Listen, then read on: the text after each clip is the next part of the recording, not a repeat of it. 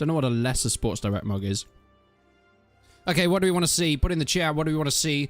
What games do we want to see? There's going to be a lot of strategy games announced today. God, that music is getting loud. It's getting exciting. Oh my word. It's getting pretty goddamn intense. All of the chat in the actual Slitherine stream that I'm restreaming is currently not in English, so we can't use that.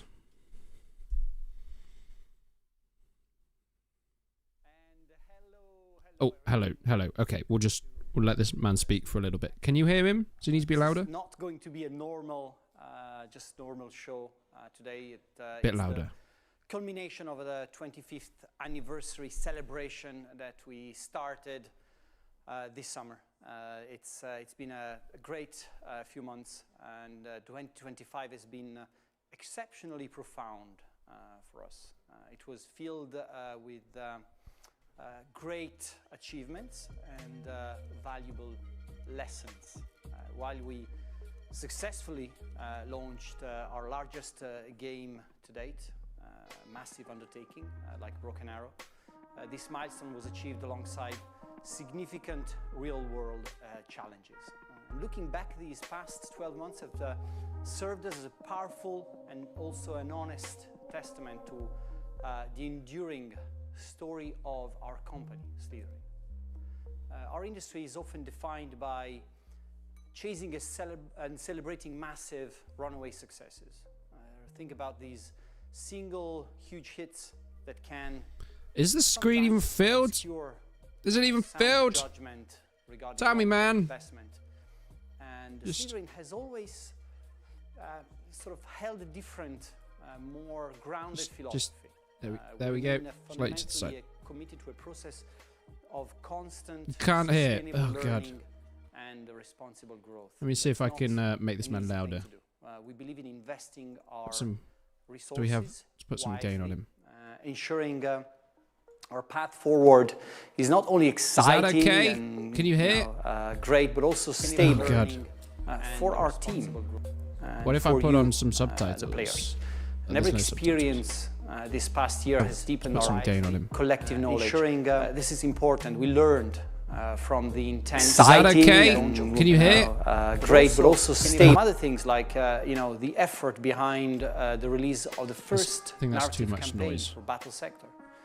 We gained insights from releasing the Starship Troopers territory mode, from going to more commercial shows around the world. We have done a lot more integrating in external agencies with the company. We have done new launches of original formats like the Hot Seat. And today we're launching our first co-development project, RuneQuest. All of these experiences have been carefully and will be carefully scrutinized.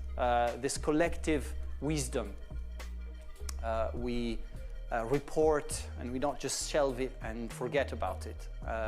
We have carefully woven it into the fabric of our future decision making.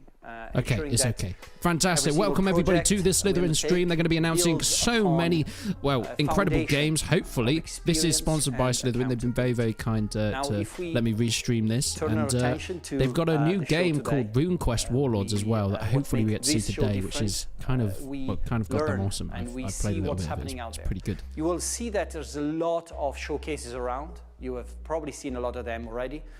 They come in many forms. You've got the rapid-fire trailer montages. Let's listen to it for a little bit. Maybe unfocused sometimes, discussions about future technology or a vague franchise future. There's overly scripted Q&A sessions where you ask questions and the answers are always a bit too scripted. And there's also the casual meandering gameplay streams. Now, for this show, we made a choice. We made a choice of making sure that we deliver something that truly matters to the players. So during this show, you will see a lot of things that are very practical, very real, meaningful, impactful, insightful to you guys. And we make this promise. Manor-Lords. Yes, Manor-Lords, a famous Slitherine game.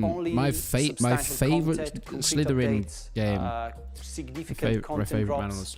And you will see that there is a lot of things we have to say about a lot of our games and a lot of games that you don't know about. So we promise we will not dwell into marketing platitude. We will get straight to the meaty, actionable items. And you have to just take your seat, relax, and prepare for a great show. It's our commitment to transparency, quality, and delivering the impactful content that respect your dedication to our games.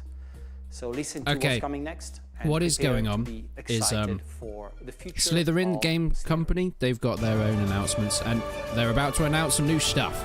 So we've got new strategy games coming out. What it's going to be, who knows? But I do know RuneQuest is just come out today. All right, here we go. So you can see that here we have some guests. Some guests here. This is the X Factor, from man. my right to my left, Annie Sims, producer, internal producer at Slitherine. Alberto, you can say hello, Annie. Hello, I wasn't sure if I could or not. Hello. Good to see you, Marco. Alberto is our business development manager. Hello. And for the first time on screen, not because you're very young,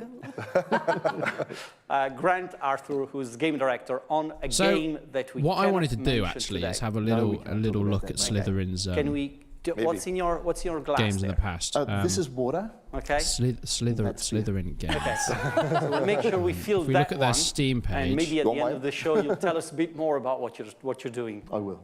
All right. Okay, this is all going on in the background, guys, but today we have a board. we can do this while we're here. We have a board of oh, look, streaming it on Steam as well. We can ignore various that. content. There's Okay, categories. so currently kind of a quiz, we've got so Broken we've got the Arrow. buzzers, Put it in chat. just Put for you. So when I say hell yeah in ready chat if on you your played buzz, this game before. Now you Broken Arrow is just a kind of a put cool your game hands actually. on I the- have played this. on the big red button, and we'll ask a question. It's kind of Okay. like do you know Red when the question Dragon? is asked, you first one Which to is answer, kind of awesome. It's a big will strategy give, game, military will strategy have game. the It's a luxury single of player online seeing thing, but the, about that. We've got secrets Panzer Corps behind 2. I think this the is the question. World War II variant of the same the first kind of question we thing. have to do today. Oh yeah, the it's two- looking a three little bit categories Company are of Heroes True 3, War, honestly. Other Worlds, and What's Look, Next. hex-based, Kind of incredibly nerdy strategy interestingly games. If that sort is of your thing, goes Slitherine into, Are. differentiating They also the made types of Gladius games we do. games, which I have played, the and I first do question love we're gonna this. ask It's you so cool. is I mean, on it's the Warhammer True War 40k, which I category. adore, but it just And looks it's going to be on beautiful. They also the made Battle Sector as well. Square The Tyranid item. Elites. Has this Are just you come ready? out, this DLC? Yes. Yes. All right. Which Maybe it has. of Broken Arrow is the game? So we start with a big star. They're okay? talking about Broken Are Arrow. you ready? Yeah. Are you ready? Okay. Right. Okay. So let's go with the This is question RuneQuest then. Warlords. This is a game that will be up on the channel very, very What soon. unit- But, yeah, this is their unit is newest this? release. I think it just came out today, you know. PZ 2000. All right. Let's they're doing a quiz. PZH200. Oh, You're, you didn't you're get like the name of the tank almost, right. Oh, what are they going to almost do? Right, almost right. You were probably stealing the answer from somewhere. So back to I have browsing. seen you. I Free have seen you show. Back to lurking browsing. around the office for it's What cheating else? then. Field of Glory Kingdoms. Now the Field of Glory first- games, they're a lot of first fun. I do item of enjoy Field of cheating, Glory games. which is If you've never played actually Field of Glory, very it is welcome on as the Broken nerdy Arrow strategy as subject, you by can the get. way. This is sort of their medieval version, but they've got so many types of just these. to start with a big, The Terminator game, this came out fairly recently. This was sort of last year. For Broken Arrow, guys, we have a video to start kind of with. an XCOM-y we'll show sort you a of video, Terminator game and as then well. we'll be back with news on Broken Arrow. Gaze of Troy. No, I don't know this one. Starship Troopers Terror Command. I played this when this came out. I love it. Oh, sorry, they're announced. BRB. Let's listen. Let's watch this. Broken Arrow.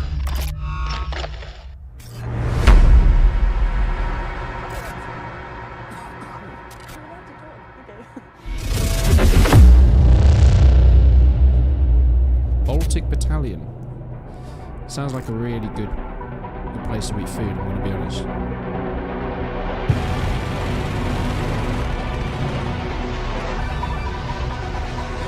Anyone here played Broken Arrow? Any Broken Arrow people?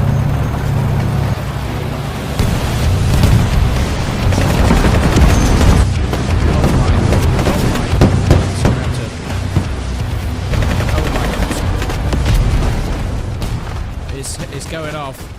It's going off. Sorry, it was incredibly loud. Sorry for deafening everybody. Rating out of 10. Rating out of 10.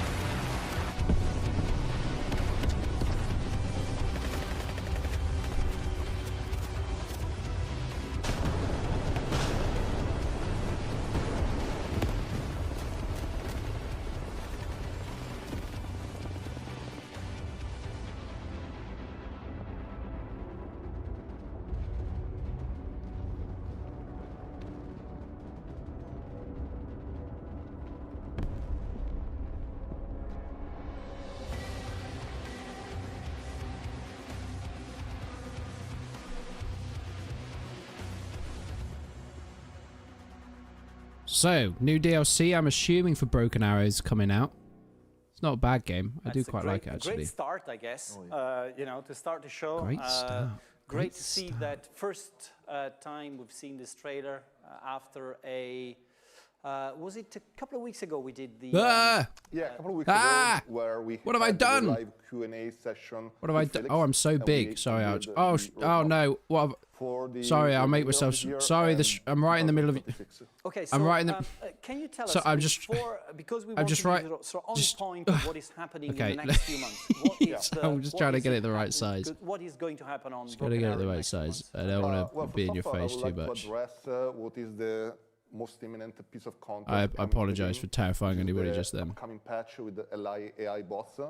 That's coming certainly before Christmas, so stay tuned because that's coming very, very soon. That's a big thing, right? It's a huge major thing that it is major. Requested by players. What have we done? A long time. Give it a new it essentially one. Allows What we against the AI and there we go.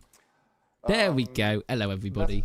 Nice to see you. It's been a long time since I've done anything for like live streams, but I wanted to today. When things will be released first, and they're talking about Broken Arrow now, so I, for one, am incredibly excited.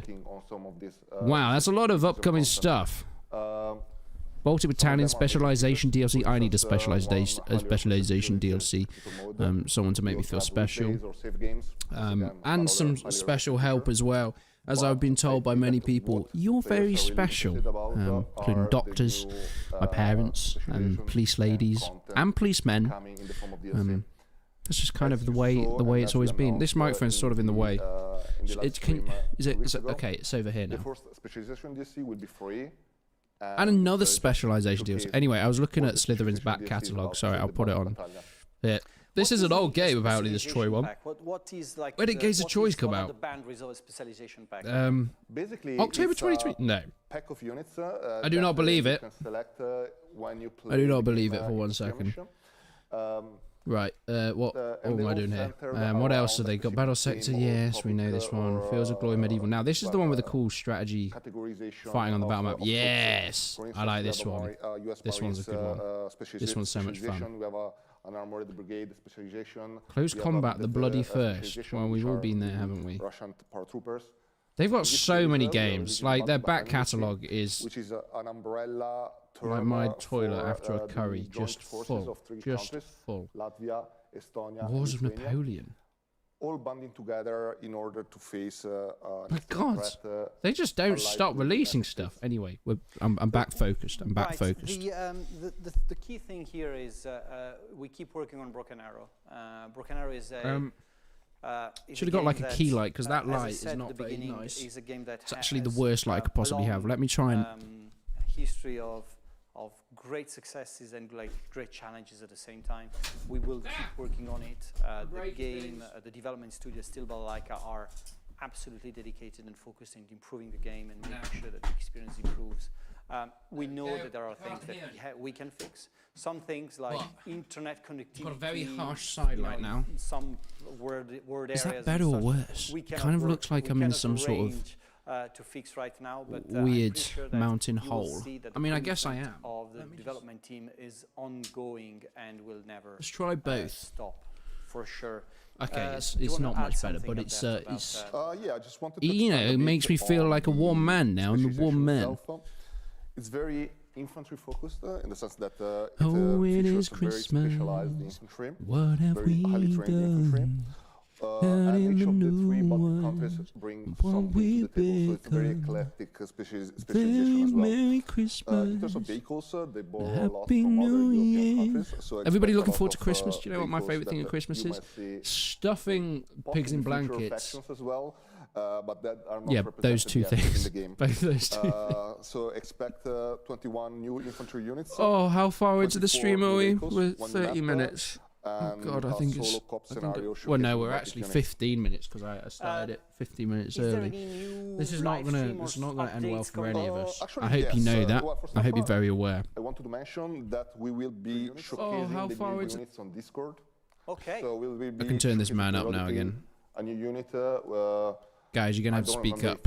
You're gonna have to speak up more than this. We'll let you know. But I'll keep the gain slider up just so we can for us to keep you engaged and have this man speak soothingly into my ears. As we mentioned 2 weeks ago, it's our intention to keep this channel open, this communication channel open with the community to be as transparent as possible. So anytime we do one of these live events, we'll give you the date of the next one.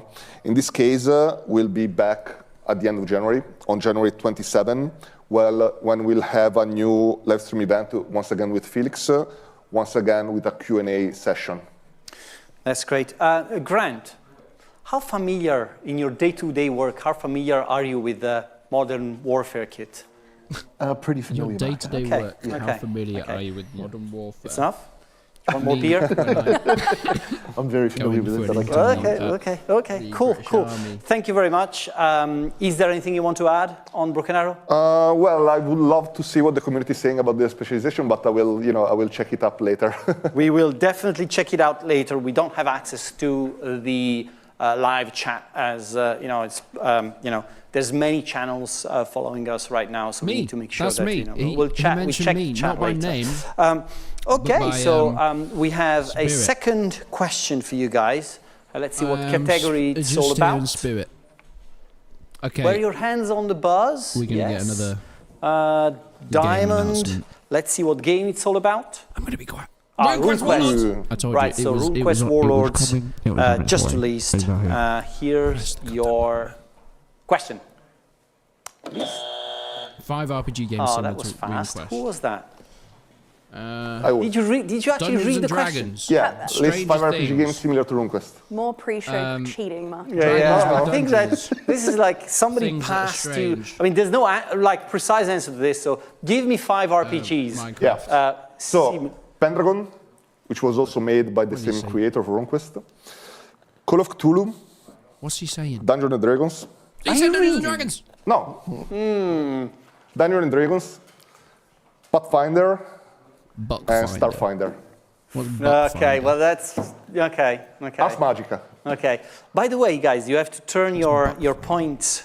One for no, that's the other one. That's a 10. Yeah, stop cheating. Yeah. Well, I could go to 10 if you want. It's not very good. All right, so 1 point for Alberto, and going to show you a video of RuneQuest that we've just released. Okay, here we go. Welcome to RuneQuest Warlords, a battle-scale, turn-based strategy game set in the RuneQuest universe. Battles take place on grid-based battlefields, where terrain and positioning dictate tactics. Each unit exerts a zone of control, dominating nearby tiles and forcing enemies to engage or maneuver with care. Across 18 missions, go through a story of heroism, cruelty, and betrayal, meeting iconic characters from the original world of RuneQuest tabletop. Spend action and movement points to strike, reposition, or unleash powerful abilities and spells. Tactical reactions, such as opportunity attacks and counterattacks, make positioning critical. Magic powered by runes is a core mechanic.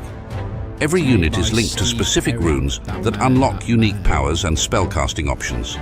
Heroes can also use advanced cult rune magic, providing both immediate effects and ongoing advantages during combat. I didn't know this. Each of the 3 factions, Talistar, Chaos, and the Lunar Empire, fields a wide roster of units. The lineup ranges from specialized heroes such as the Chieftain. It's just because they're really loud, you know. I just turned them up really loud so I could be louder. But yes, I can turn off actually the compressor, and that should make me. No, that should make me quieter. That should make me loud. That should make me. That should make me quieter. That should make me loud. Something's. What's going on here? What's loud? I don't know. Somebody says they don't understand me. Look. Look. I've been called many things, and that is definitely one of them. And replayable scenarios in a competitive arena. This does look like a fun game, though. To capture the most epic moments, units in action, unleashed magic, and breathtaking panoramas of Glorantha. Let the battle begin. Let the battle begin. Wow. Now, RuneQuest Warlords. What are we thinking?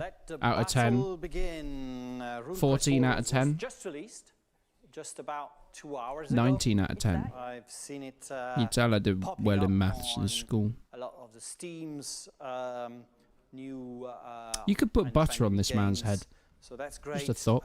I just wanted to share with you guys, which is like a very fresh as well. I wonder if he'd be up for that. First reviews in. So Softpedia gave it an 8.5. An 8.5. Saying RuneQuest Warlords works hard to bring Glorantha to life with carefully built models and some good-looking and varied. It's a way to say we can't hear you. Okay, look, that kind of attitude is gonna make me turn myself up. I like looking at all the stats, the stream health, stream settings. Oh, I don't want to display that on screen. That would. Somebody would steal my channel and they'd earn at least £14 a month from it. Oh look, you can insert an ad. Whoa, I think I just put an ad in. Is that a thing you can actually do? It's definitely a good quote that I'd mention on. That's amazing, I didn't realise you could do that. Sorry about that if I've just put an ad in. I didn't mean to do that at all. I'm just playing with buttons here. I'm just messing around with the buttons on my screen. Sort of give us a quick overview. I guess that we have done a lot of different. Did everyone watch the Bannerlord video put out last night? The one of the Lord of the Rings one? It's pretty cool. It's a pretty cool video actually. It's a cool mod. Very much enjoyed it. It was my favourite of all of the modifications. It's actually the first game set in the RuneQuest IP. There have been other games set in Glorantha, but not in the RuneQuest world. With this game, we really wanted to bring Glorantha to life. So the main feature is a single player campaign. In it, you play as Halgrim, the tribal champion of the Billing guy from Talistar. I think he looks a little bit like, you know, Al's toy barn from Toy Story 2. Those characters are really existing in the actual lore. What I'm saying is he looks like he owns a successful toy business. Through a lot of old but also drives over the road. It was so fascinating to find out. Look, there's a place called Tough Times. This feels like a commentary for my life right now. Will of the Wind, me after once again had a curry. The hold is on fire. But then once I really started getting into it, I couldn't stop. It's just an amazing. Oh, I like the dragon. The dragon looks beautiful. Oh, I like the. Is that a cow with wings? Yeah, I think it's not okay. That's not what I do. Not like the cow with wings. They should get rid of that cow. I like the scorpions though. They're pretty nice. Just take out the cow with the wings. I don't think we need any of that.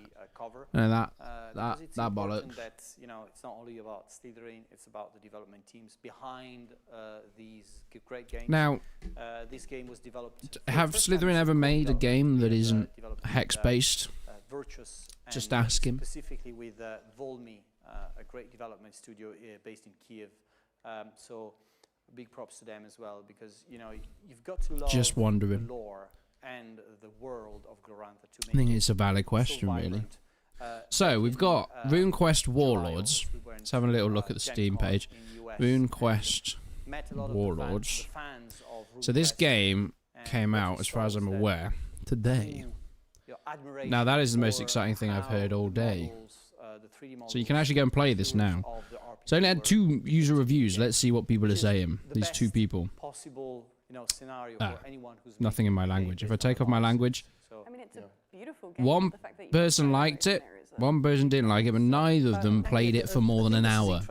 So I don't know how seriously we should take this whatsoever. That's awful. The photo mode is me when I'm making YouTube videos, more like. Battle sector engine, and we're bringing it to It's look quite fun. Yeah, absolutely. I mean, being able to sort of get into this man. in a way that you wouldn't with the I like this classic man. camera of a game is just a bonus, and the fact you can do all those adjustments in the engine is amazing. We don't know if it's compatible on a Steam Deck. So the game is out. It's being released today. We have Battle scale turn-based strategy. Too many words. Set in the RuneQuest universe. Yes, it is on a discount at the moment. I'd recommend having a look at this game. Play a little bit of it. What is the discount? It's 10% off. It's only £22. What? It's like $30, less than $30. It's Canadian dollars. That's what, 198 Canadian dollars. If that's Australian dollars, that's about $3,000. But still, worth it, eh? Worth it. Turn-based yup. Hey. Look, don't sleep on turn-based games because there's good ones like. And every single unit in the game makes use of them. Anyway, as such, it's such a colorful and amazing game. When I started reading more about RuneQuest, I think what Slitherine try and do, right, is they take board games and make them into like computer games, which is why most of them are turn-based. It was basically the second most popular RPG in the world after Dungeons and Dragons. And when I saw all the innovations they brought to the RuneQuest is second most popular. I was surprised. For instance, Dungeons and Dragons. The D100 system. Oh my god! Skill-based. I didn't know. I didn't know it had all that going for it. But are more like free-form, and you can just create them and shape them as you like. That's all invented by the people are waiting for Battle Sector. It seems. So many games that, yeah, I mean the impact that Chaosium had on the RPG world has been amazing. So that's it's been great to work with them, and they're celebrating a lot of anniversaries this year. So it's great that RuneQuest releases just for that, and we are extremely honored to have worked with them on this game. So. Check it out, and this is the first of the releases that we have today. It's not the only one. Not the only one. More as we. I like this. I like new releases. I like fun things. I like the Starship Troopers one. This is a fun game. The board here, and to say that Grant, you can put a point to your scoreboard. Because I've been told that your answer was actually correct. My notes were wrong. Ooh. So you actually cheated correctly. So it was actually, I'm very sorry I've called you a cheater. Very clearly, Alberto is the cheater. Third question on the category is To War, okay. And what game is all about? Ooh, Battle Plan. All right, Battle Plan is an interesting one, so stick to that. So I'm going to show you the question. Okay. Then you read the question, and then I'll tell you when you can buzz, okay? Okay. All right. So are you saying like go or something? Yeah, I'll say something. Okay. Where is the moment when you need it the most? What question is that? Who you and I. You take Which game does not include a tactical planning phase in its final version? Tactical planning phase. It's ready or not or 0 hour. Be careful, all right? The options were Rainbow Six, Ready or Not, 0 hour, Rainbow Six and does. Payday 2. All right, 3, 2, 1, buzz. 0 hour. That's wrong. No. Oh, never played that game. The other one. Payday? No. It's not Payday. No. Now, Annie. It's 50-50. So. Well, it's not Rainbow Six because that does have a planning phase. I'm gonna I have no idea. Don't say Rainbow Six Siege. This is correct. What? 1 point for you. Thank you. I was like, I can't imagine that it would. But don't you go out with your From what I've seen. drones? Sound decision on your side. So And maybe that doesn't count as a tactical planning and phase. The game we're going to Well, talk about is Battle Plan. I'm so a take moron. look at this great video. Just bringing some big news to everybody there. Here we go. Another game. New game. Nice game. Let me just turn these guys up again. We're expecting an attack. We've pushed our troops too far into enemy territory, and now we need to hold the line. Consolidate our position, and be ready to defend it. We'll establish our defensive line along this sector. Let's issue the orders. Dig in deep and strengthen the front line. That's the plan. During the battle, we hold the line and maintain steady pressure. If we lose this position, everything unravels. Whatever comes down that road, we must hold.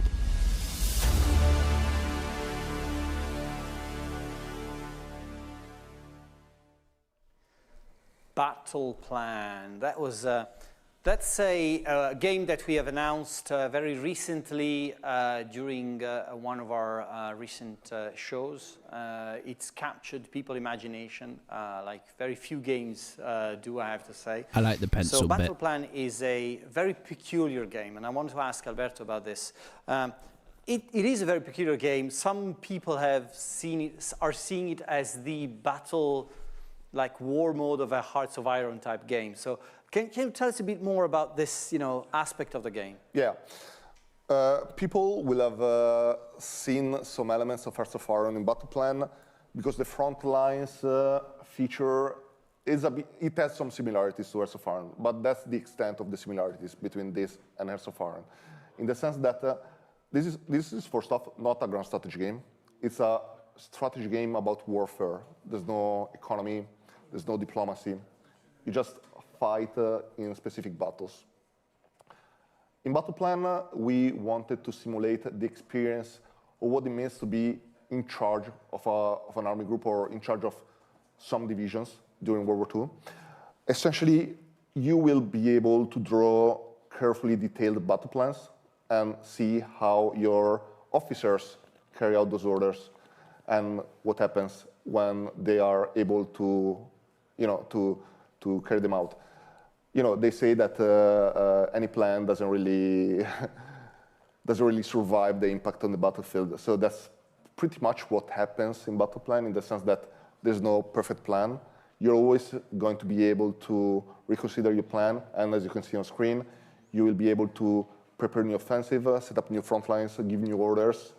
But in the end, even though it might seem a complex game, and it is, because there is so much going on under the hood and under the surface, it's also very approachable, because anyone, or at least anyone who has some knowledge of World War II, can jump in the game and just prepare plans that might or might not be good, but essentially the game is really easy to jump into. It's the typical case of a game which is easy to get into, easy to learn, and hard to master.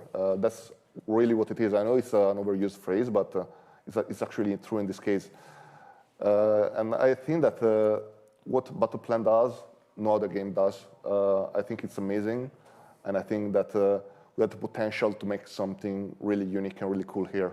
It does look really cool. I'm going to use you as the go-to person for when is it going to release? Well, I can tell you can check out the demo at the next Steam Next Fest, which I believe is February 23rd when that opens. So you can have a look yourself then. Yeah, I think, we're at the phase where, a lot of the future decisions of the game will depend on the feedback we have from you guys out there. So definitely, I just find it beautifully, visually, it's just beautiful. It's just works very well. I really love the stylization of it while being quite genuine to the product. Yeah. And I like the drawing thing. It's really, really, really nice. Yeah, it does feel like a map still. Yeah, we wanted to capture that feeling, because so many World War II games, and we know a lot of them, have all these hexagons and tokens and so on. But They're a bit scary, to be honest. Yeah, it is intimidating. In this case, we wanted the map to be the protagonist, and the player, he plays with the map, or they play with the map, they draw on it, they prepare plans on it. You can even take notes on it. Grant, do you have a favorite World War II setting as a whole? I do indeed, and it's an area of on the Normandy battlefield. And It's called the Maisie Battery. Okay. And when the Allies landed here, it's not Point de Hoc there, but at Point de Hoc, they expected to find the main German field guns, and they weren't. The guns that were meant to be protecting the beaches, they were actually located at the Maisie Battery, which was behind. When the Allies did go through and discover the battery, all they did was bury it. They didn't destroy the guns, they buried it, basically covered it up. All right. And it was an English guy a few years ago who found the field, dug it up, and now it's an attraction you can go and visit. But it's exactly as it was in World War II, June 6th, 7th, 8th to this day. It's exactly as it was in World War II. That's great. So it's awesome. So that's your favorite. Do we have it in the game, Alberto? As I said, yes. Well, we have Normandy. We have the first mission in the single player. Well, actually, let me cover the contents of the game because I haven't spoken about it. The single player campaign features the Western Front from the Normandy landing up until basically the end of World War II. You will be commanding either American forces or Canadian forces or British forces. There will be a heavy system of army customization between battles, in the sense that you are carrying your forces from one battle to the next. Units will gain experience. You will have to replace casualties, which will also have an effect. You have to manage your chain of command. Officers have traits, and they can evolve over time. And yeah, as the first scenario will be focused around Cayenne, I'm pretty sure that the area that Grant spoke of will be... It's there. Yeah, okay, it's there. Cool. And also a mention, as I said at the beginning, also always mentioning the development team behind the games. The development team behind this game is called Foolish Mortals. Foolish Mortals sounds like my kind of developers. I like this. The biggest development team in Saskatoon. I like them. They're not the only one. They are famous for They're not the only one, because I met the second biggest developer in Saskatoon. we did meet them. They did a great game called Casual Wars, which I found a really, really nice strategy game. So they know what they are doing. Great job, guys, on the game. And looking forward to Steam Next Fest for checking out the demo. All right, guys, so let's go back to our board. Another game, give me another game. We want to be focused on really meaningful. Gonna be honest, that one didn't take me. I like the cool pencil. It was a cool idea, but doesn't hype me up. Next question. Give me Battle Sector. On the Other Worlds category, up there, and what game is it all about? Ooh. Stargate Timekeepers. Best game in the world. Yeah, I mean, this is a question you're gonna like. Stargate. How many We're doing sci-fi now. and TV series are based on the Stargate IP? 48. I can see people counting there. 43. All right, so 3, 2, 1. Annie. You went. Maybe a buzz before he... I can see the light. I can see the light. Annie buzzed before. Okay. Was it 5? I'm sorry, no. Do I go? No. You put your hand on the buzzer. Grant, should we just say random numbers? 6. Nope. Yeah. 4. Nope. 3. Nobody got it. It's 70. 3 movies and 4 3 movies. TV What's shows. Stargate movies? Not the newest one. What's the third Stargate one? movies. What's the third one of the movies? Oh, there's the prequel one, isn't there? Oh, they're all on Amazon. Wow. Let me share 2007. a trailer. 2000. Yeah. Oh, it's TV show. Okay, sorry, got a trailer. My bad. 12 o'clock and 6 miles.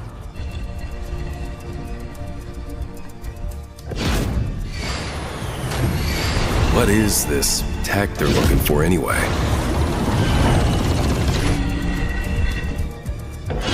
It's some kind of weapon left by the ancients. The kind that decides who wins the war. Have Moloch's warriors been here before?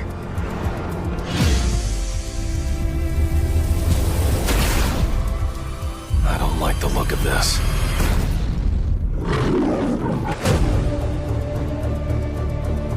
That was above and beyond, Colonel McCain.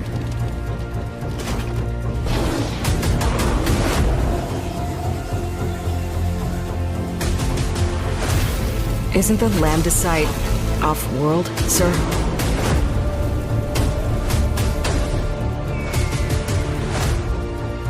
You heard the General. Fire at will. They're attacking a target. Are the preparations complete?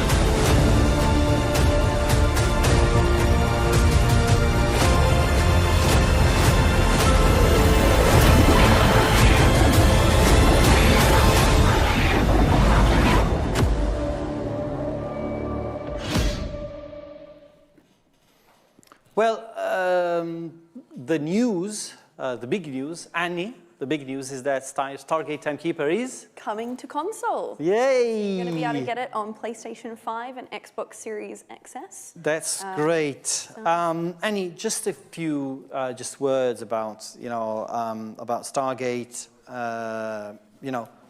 Bringing a game like Stargate to consoles. What does it mean? I mean, changing the format of a game from PC, mouse and keyboard to controller is always a bit of a challenge. UI particularly, because you want something to feel very natural, particularly a game like this where it is a real-time tactics game. I like the bolt action they've got in the background. I love bolt action. And obviously we do have the tactical mode in the game, but a lot of it is reacting to things around you because you are in real time. Stargate is obviously, as I mentioned, a real-time tactics game with a heavy stealth focus, leading your team of specialists through the Stargate SG-1 universe. But yeah, so a lot of the adjustment for Stargate is going to be that UI and adapting to make it feel as home on console as it does on PC. That's great. And of course, as we keep mentioning developers, this game is being developed by our studio in Poland and ported to consoles by the amazing guys at Trinity Games, the biggest development studio. I don't know. I'm just making that up. In big development studio. The wonderful town of Bologna, Italy. Bologna. I like this place. I've been to Bologna. Question. Got more games? What is it? All right, 2 War. All right, 2 War is the category, and we have a question Headquarters, there. World Let's check War it out. For Headquarters, World War II. World War II. Let's see what it's... There's a game that's already been. Which popular World War II movie features? April. You cannot buzz. Fury. You cannot buzz. That's cheating. Which Fury. popular Right, have a look at movie this game. features Brad Pitt and the tank it's as Fury. its main characters? I'd say, what's the main character? The tank or Brad Oh, this Pitt? is a cool picture. I like this. I like the tank. You're the tank. Okay. 3, 2, 1. It's kind of beautiful. That's Grant. Yeah. Fury. Fury, it's the right answer. So you've got a point. Yeah, thank you. I didn't know the answer. I just wanted to buzz in before Grant. I was surprised that you were supposed to know everything about modern warfare, but you know a lot about World War II as well. A little bit. Okay. A little bit. And you can see the Fury tank at the Bovington Tank Museum. Really? Yeah, At the, sorry? Cool. You can see the Fury tank at the Bovington Tank Museum. All right. Okay, cool. What tank is it? You can see that I'm used to... I want to go to the Bovington Tank Museum. It's so close to where I used to work. But it's like an hour away, and I never got round to it, never got the time. But I will go to the Bovington Tank Museum one day. I shall do it. That's as much as it takes for a British company to showcase their games. All right, so the first thing I want to say about Headquarters World War II, you can actually see it from there, but we are sort of totally rebranded the game. We have made a new logo, made a lot of new improvements to our comms and marketing assets and so on. Why is that, you would say, and why would you care? That's because we wanted to make sure that in the new phase of life for Headquarters, we bring the game to as many people as possible, and we think that this new look that you're going to start seeing over the different marketing assets on the internet is going to represent a lot more what the game is about. And the sort of idea of what the game represents. The thing is, I want to show today is a gameplay video of something brand new. So take a look. Headquarters Cold War is a turn-based strategy game set in a fictional 1984 conflict between NATO and the USSR. Players command modern military forces across 2 full campaigns, featuring 20 missions that explore both sides of the story. The conflict unfolds across West Germany, where tactics, positioning, and resource management decide victory or defeat. The game follows an easy-to-learn, hard-to-master approach. Each unit features detailed armor on every side, making positioning critical. Terrain, elevation, and cover influence line of sight and protection, while destructible environments add new challenges as the battle evolves. Headquarters Cold War delivers realistic visuals, from burning tank wrecks and ruined cities to the small details of peaceful villages caught in the crossfire. For the first time in the series, helicopters join the battlefield. Utility and attack variants add a new dimension of mobility and firepower, capable of transporting infantry, launching precision strikes, and controlling the skies. Commanders can use headquarters skills to turn the tide of battle, from resupply operations to missile strikes and tactical nuclear attacks. Between missions, players can upgrade units, assign heroes, and develop officers with unique abilities that enhance combat effectiveness and tactical depth. Play skirmish and multiplayer modes for up to 4 players, as well as a map editor that allows players to design and share their own battlefields. That was Headquarters Cold War, where you can see that you can join the beta now. But before we get to that, Alberto, what does it take to turn a World War II game into a Cold War game? What's the well, I think, there are some challenges, of course. Different technology, different units, different tactics, different scenarios, of course, because we're talking of a hypothetical war, which thankfully never happened, but it could have. So that's why we're depicting this. But in the end, it was also a challenge because Headquarters World War II mechanics are really solid. There are some things that, to be honest, no other game really does to that depth and level. For instance, it represents every single crew member of every vehicle. They can get incapacitated or killed. You have all these super detailed stats for each individual unit in the game. And it's a super tactical, super realistic game. And in the case of Cold War, the challenge was Tell me, and how cold is this war? That's what I want to know. I want to know the temperature of this war. Make it fun, and I think that we are really we are confident that we accomplish that with Cold War, in the sense that the game is fast-paced, the game is fun.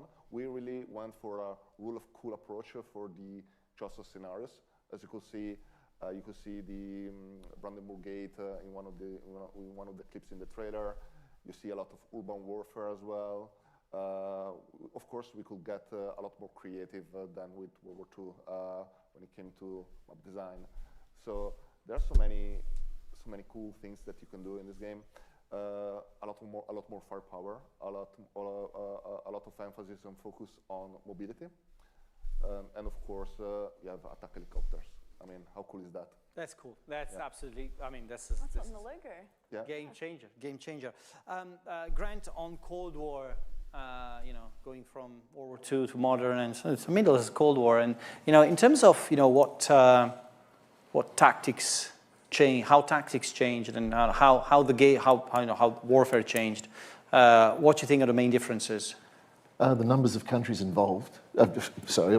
You had, in 1984, when this is set, you had 12 countries in NATO, compared to 32 today, and they were up against the whole Eastern Bloc, and we had gigantic armies facing off across the borders, armed to the teeth, and they had tactical nuclear missiles to be used on the battlefield, which is something we wouldn't even think of today, to use a nuclear missile on a battlefield, but then it was part of the plan.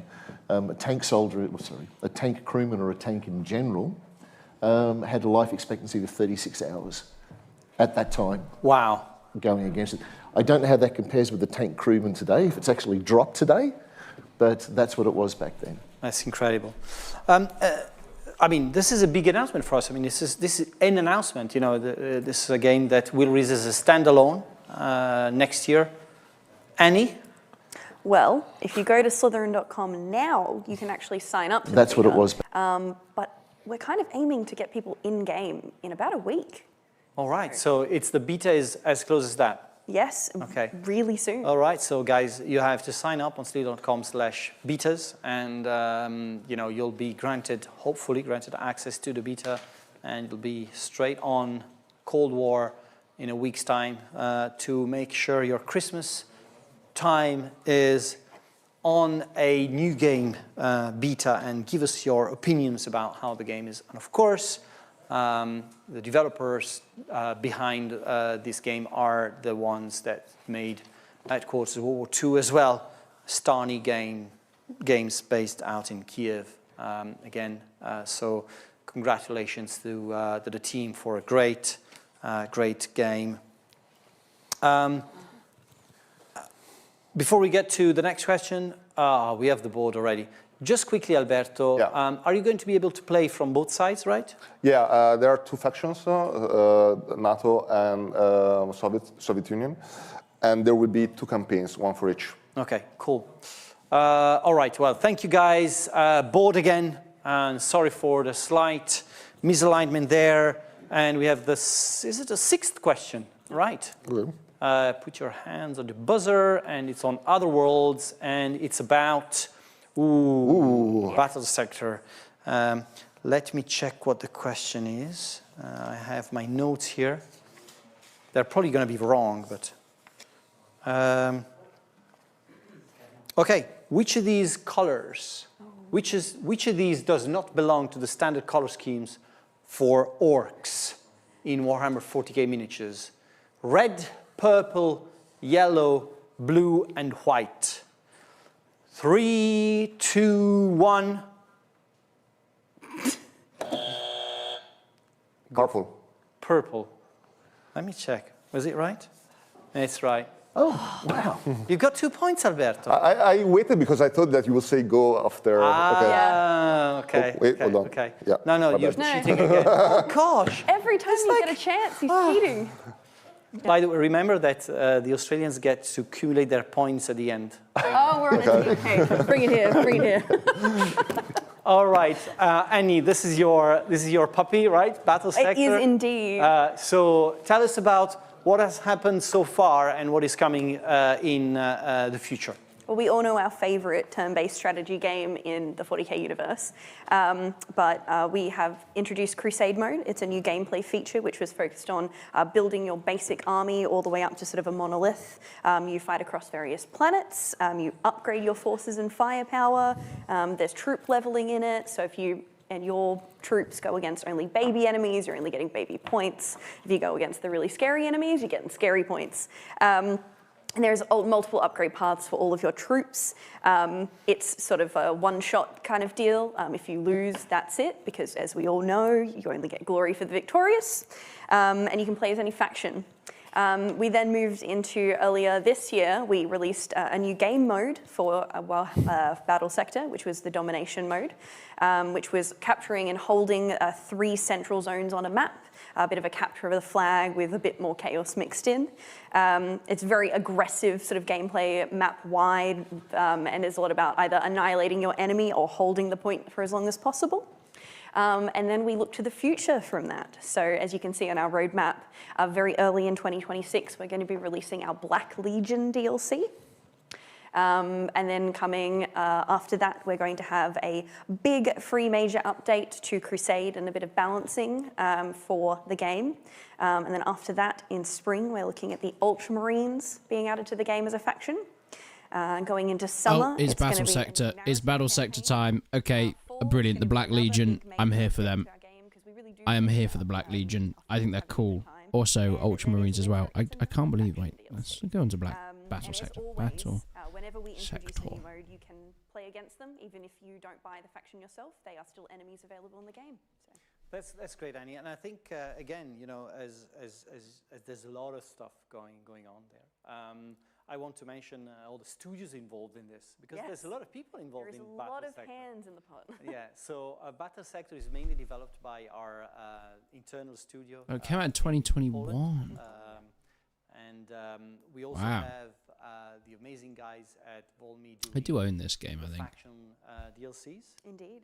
And oh right, no, they do it. So they do. It's the Blood Angels in at the moment, I think. But yeah, I guess the Ultramarines are different. I knew this. So there's a lot of people. How do you manage all these people? How's the workload? You know, busy. Going through. I'll put it that way, Marco. I'm very busy, but it's really rewarding. I think the work we do for Battle Sector is gorgeous. We do quite a variety of things as well. Obviously, just on this future roadmap, you can see we've got a lot of different DLCs for factions. We've also got campaigns, our free updates for the community. There's a lot going on. So I find it amazing that we have so much stuff planned for next year. And and we like of course, plan. one trick to announce to have so much stuff for next year is that we moved some stuff that was going to release this year to next year. So Absolutely. 2076 is even more packed now. Oh my goodness, yes it is. Going through everything we've done, I have to only hit the highlights because I would not have time. One thing we need to mention as well is that, you know, most of these, there's a big community of players on Battle Sector that play it on consoles, which we sometimes forget about. There's a sizable community there. So all these are coming to consoles as well? Absolutely. I know that we've been a lot of our big updates have been like looking at console. There was one particular player who mentioned that he was having trouble with the new game modes playing with his stepson, and we made that our absolute priority to get fixed in a patch immediately after. And we were pleased to and very excited to see that he indeed was back to playing with him. See, that's customer service. Alberto, we are also releasing a new DLC. We have just released a new DLC for Gladius to keep in the tradition of giving a Christmas present to Gladius players. Rampage Pack. Can you tell us? Rampage Pack, yes. Yeah. To keep up our Christmas tradition, we're releasing yet another unit pack for Gladius. We're talking of 8 brand new units coming with the Rampage Pack. 1 unit added to many of the existing playable factions. I lost count of all the factions that we have now for Gladius. Sorry. But we have the Death Strike, the Vigilator, the Krutox Rampager, the Commando with a K, a Hexmark Destroyer, a Gene Stealer, an Armiger Helverine, and a Plague Marine. I think that I know what faction each of these units belong to. Okay. But I'm not exactly sure about 2 of those. I probably know one of these. I was going to say, are you brave enough to say it on stream? Let's try. Okay, you can't see comments, it'll be fine. So Commando is, of course, Orcs. Of course, that was my guess. Gene Stealer is Tyranids. Yep. Hexmark Destroyer is Necrons. Plague Marine is Chaos Space Marines. Yep. Armiger Helverine, I think it's Adeptus Mechanicus. Krutox Rampager, I think it's Tau. Death Strike and Vigilator, I'm not sure if whether or not one is Astra Militarum and Space Marines or the other way around. I would say that Death Strike is Space Marines and Vigilator is Astra Militarum, but maybe the chat can just prove me wrong. All right, I won't add a point to your scoreboard, but that was very well done. Thank you. Very brave. Very, very well done. So now, guys, I'm going to call a 5-minute break, and then we'll be just back with more questions, more games, and more great announcements. Okay, 5 minutes break, okay? Well, in this time, we are going to go to Slitherine Games on Steam. And I want to look through their entire catalogue and see exactly what they're playing at these days. Of course, this is the stream that's going on. So, RuneQuest Warlords. This is a new game. A Stormbinders. Is this just going to be... Here are all the games they're about to announce. We've got Stormbinders, turn-based strategy with unique fantasy setting. Of course, it's turn-based strategy. It wouldn't be anything different. Platoon Commanders. There's a real-time strategy game. Oh, are we getting some Men of War style? Oh my word, this could be like the next Men of War. Oh, I am interested in this. I'm very interested in this. I need the Men of War in my life. But ideally not like Men of War 2, like an actual good version. I want to see... Oh, there's a demo. Okay, we can try this out at some point. So real-time strategy, German advance towards Moscow in 1941. 20 maps, over 40 units to lead. Wow. There's actually morale, which is not a thing in the Men of War games. Realistic weather and time of day effects. Structural. Oh, what's going on? What's going on? Why is something's going crazy? Alright, they're just... Okay, they're just doing their thing. That's fine. They're fine. We'll let them do their thing. The Wehrmacht or the Red Army. Okay. So this, yeah, this does look like, yeah, sort of Men of War 2 sort of thing. Interesting. And Battle Plan, this is the one we saw before. Which is very much a real-time strategy, but sort of like... do you know... Well, I guess it sort of uses similar, like, Hearts of Iron battles where it's very much grand strategy sort of thing. In a world where gaming never sleeps, one show dares to turn up the heat. The hot seat. We bring the giants of the gaming world. Oh my god, don't make me shoot. Oh, this is fun. This is fun. And the next anyway, are already on Maybe the I'll do it through horizon. here. Actually made my year. I panicked, I'm going to be honest. I can never Byzantine. Is this like... So they have in-house development. No one could have finished. Unlimited Slitherine Hype, the Are hot seat, hosted by 25th Marco anniversary. Minoli, live from game. Milan every last Wednesday at 6 p.m. only We can go on really far Slitherine back. TV. I mean, some of these games are quite Scramble old. Battle of That's Britain is a 2017, tactical that's not dogfighting what's game Ignore that one. thrusts Ignore that players one. into the high-octane chaos of the Is it? 1940 That's not summer 25 skies. years. Lead your That's not their squadron first through game. They've got intense 2010 aerial battles game. in a 3D dynamic airspace as It's time to Luftwaffe find and out Royal more Air about Force fighters Slitherine. clash over the English Channel. In the early access release, players take on the role of a squadron leader, commanding the most a crew of pilots, best source ever, each with their own Wikipedia. unique strengths and weaknesses. In Through each 2000, gameplay okay, this phase, makes sense. Planning, 25th simulation, 2000. and review. Players strategize and command aerial 200 maneuvers, strategy witness games. simulation outcomes in real time, and They just rewind kept the action going. to analyze battle damage using Legion detailed was their camera first tools. one. The planning Oh, I know phase this allows one. users I know. to strategically I've heard plan of that maneuvers one. for aircraft I've heard of that under their one. control using detailed graphics Charts and of UI. War Spartan. Set Okay, precise so these were controls their and special really defensive ones. actions like escaping dogfights and Oh my god, bailing they out from a made plane. a Horrible Histories In game the for the simulation Wii. phase, the camera can be directed There's toward the no heart way. of the action, ensuring There's you no don't way. miss I a need to thing find as this you Horrible watch the History planned from the maneuvers Israelis unfold video in real game. time. Loop, scrub, and rewind I through need the to- review phase I need to to see if assess anyone's battle recorded damage this and put it on and YouTube. analyze and refine your tactics.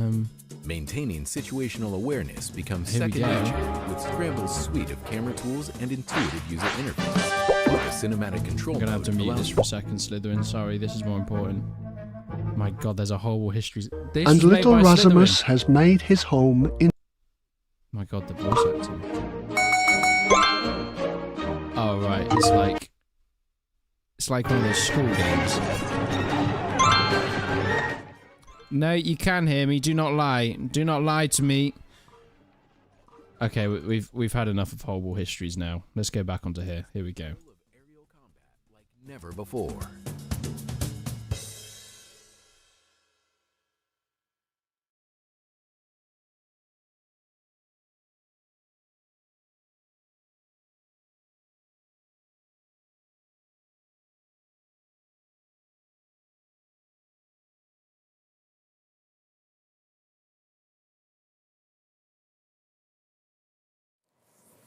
And welcome back. Welcome back to the show. Before we go to the next game in line, I want to give a massive thank you to the streamers who are co-streaming or riding their audience to our Twitch stream today. I'm going to read them all, just because it makes a lot of sense to name all of the partners that make strategy games so important to their lives. So Angry Joe, Andrew Channel, Andy Stake, Boken, Burke Black, who is streaming tomorrow. We have agreed with that. He's traveling now.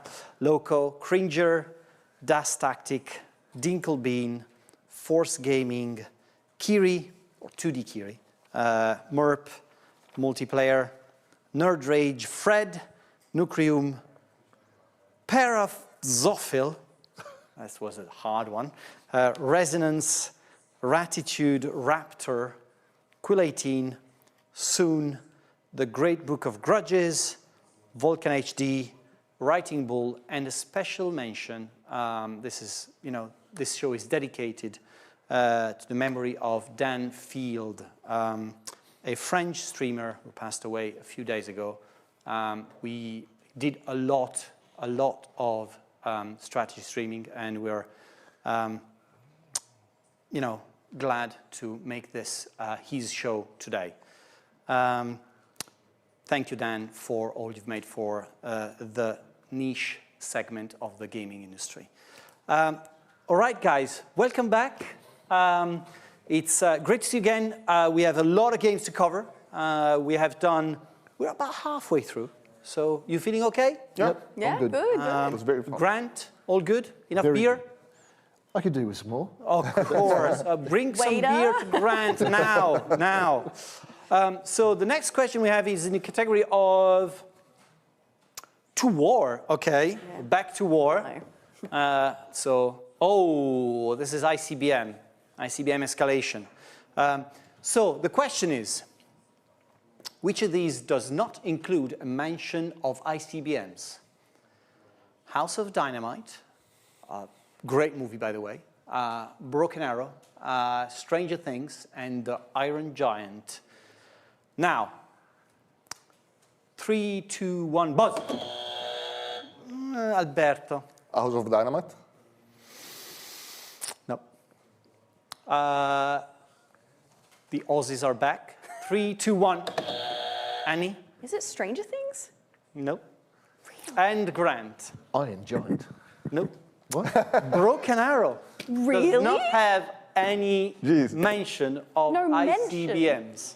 But there is a Stranger Things because there's that whole thing with the Russians, I think. I didn't think they mentioned ICBMs in that. I do remember the Russians, but I was like, they talk about other stuff, not that. You see, no points, but still the Aussies are winning 3-2 at the moment. Well, I've learned something new, and that's so valuable. That's great. That's the most you valuable can use thing. atomic bombs, though. You do. But You can. Right. All right. So, guys, ICBM.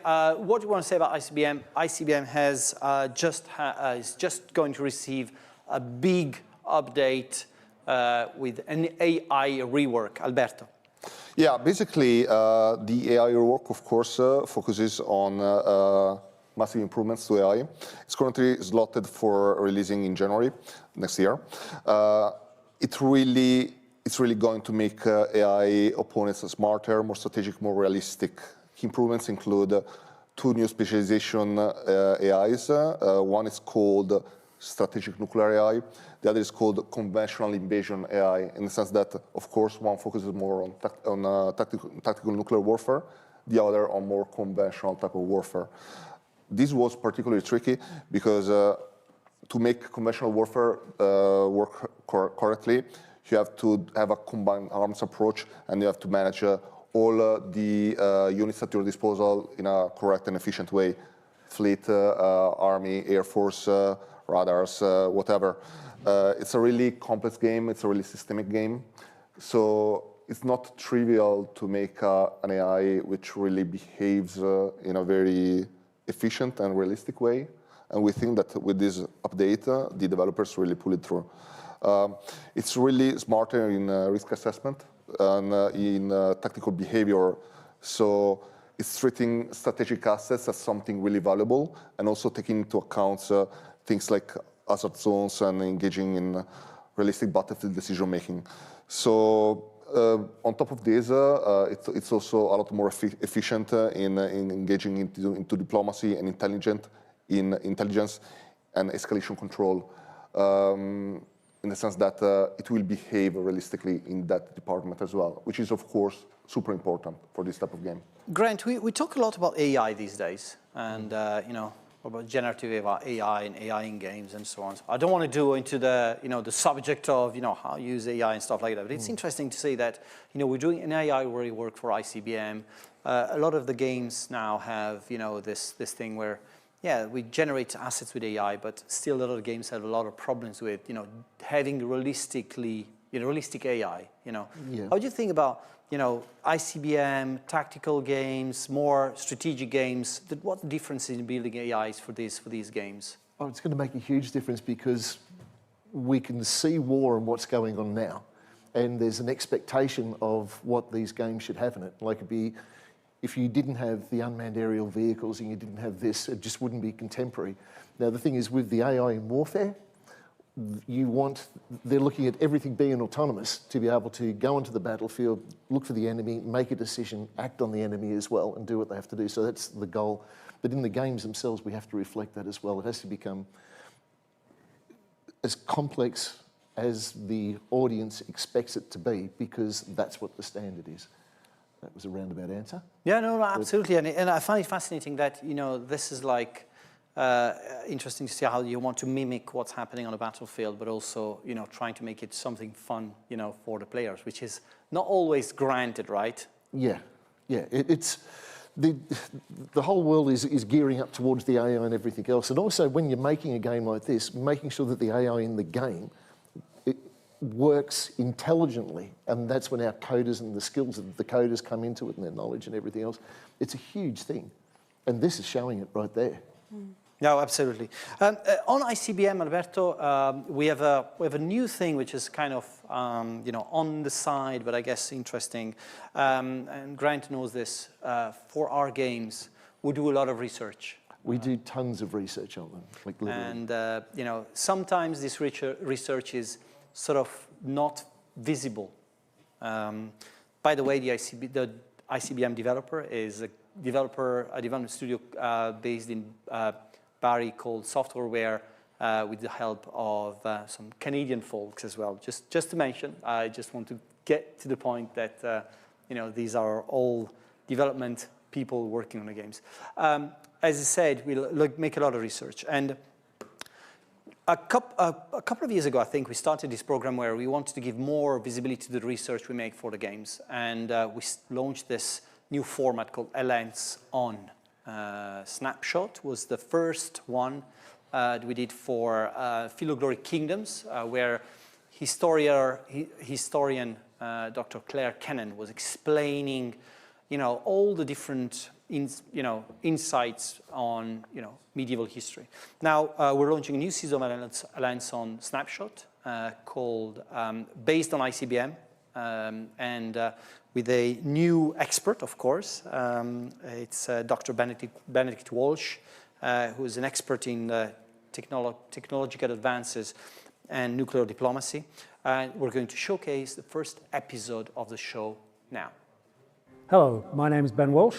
I've been a historian and history teacher for over 35 years. I've written a number of textbooks focusing particularly on 20th century world history, including the Cold War. All of this is primarily aimed at improving the subject knowledge for teachers to help them make history even more exciting and interesting for their students.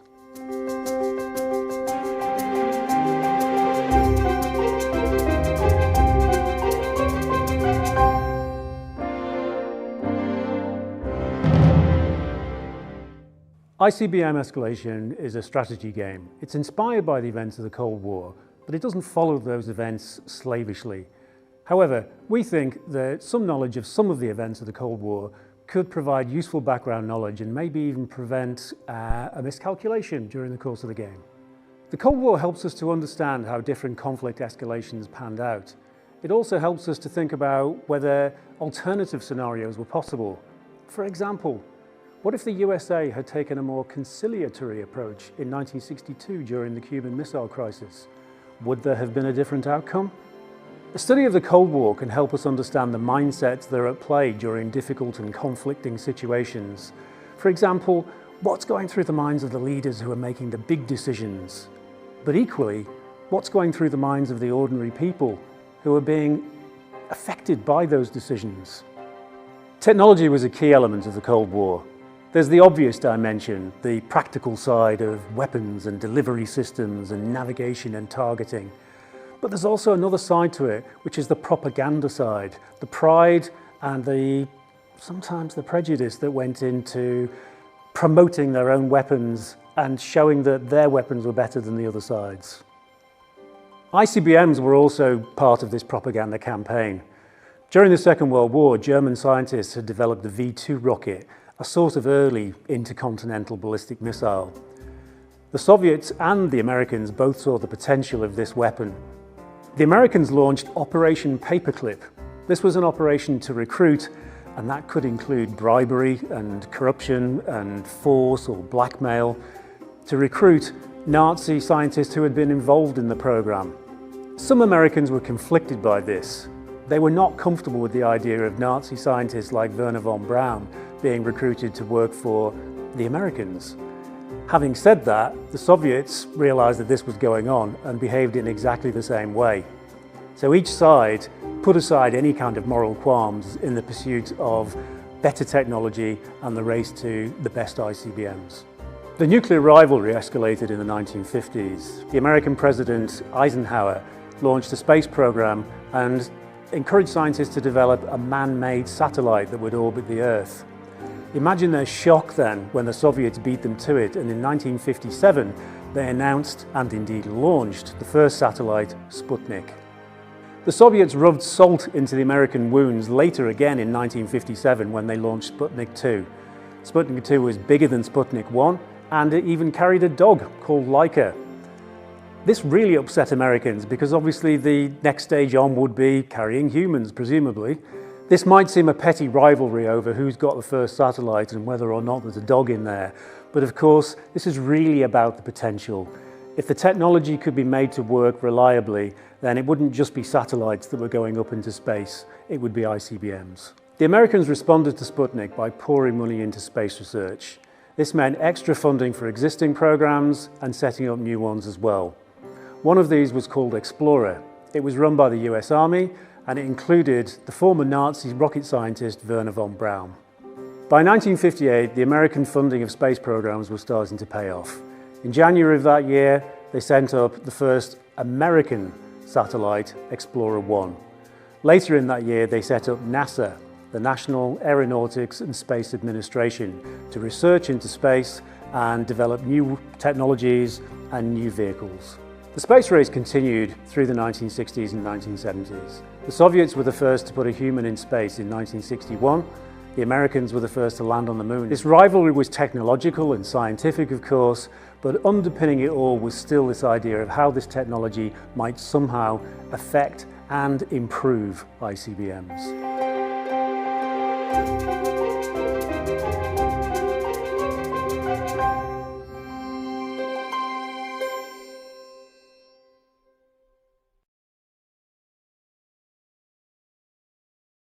And this was the first episode of Alliance on Snapshot dedicated to ICBM.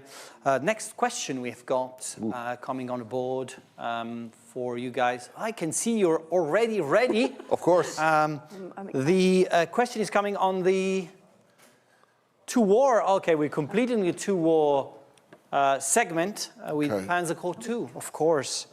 Panzer Corps 2. So, guys, here's the question. Guess the original soundtrack.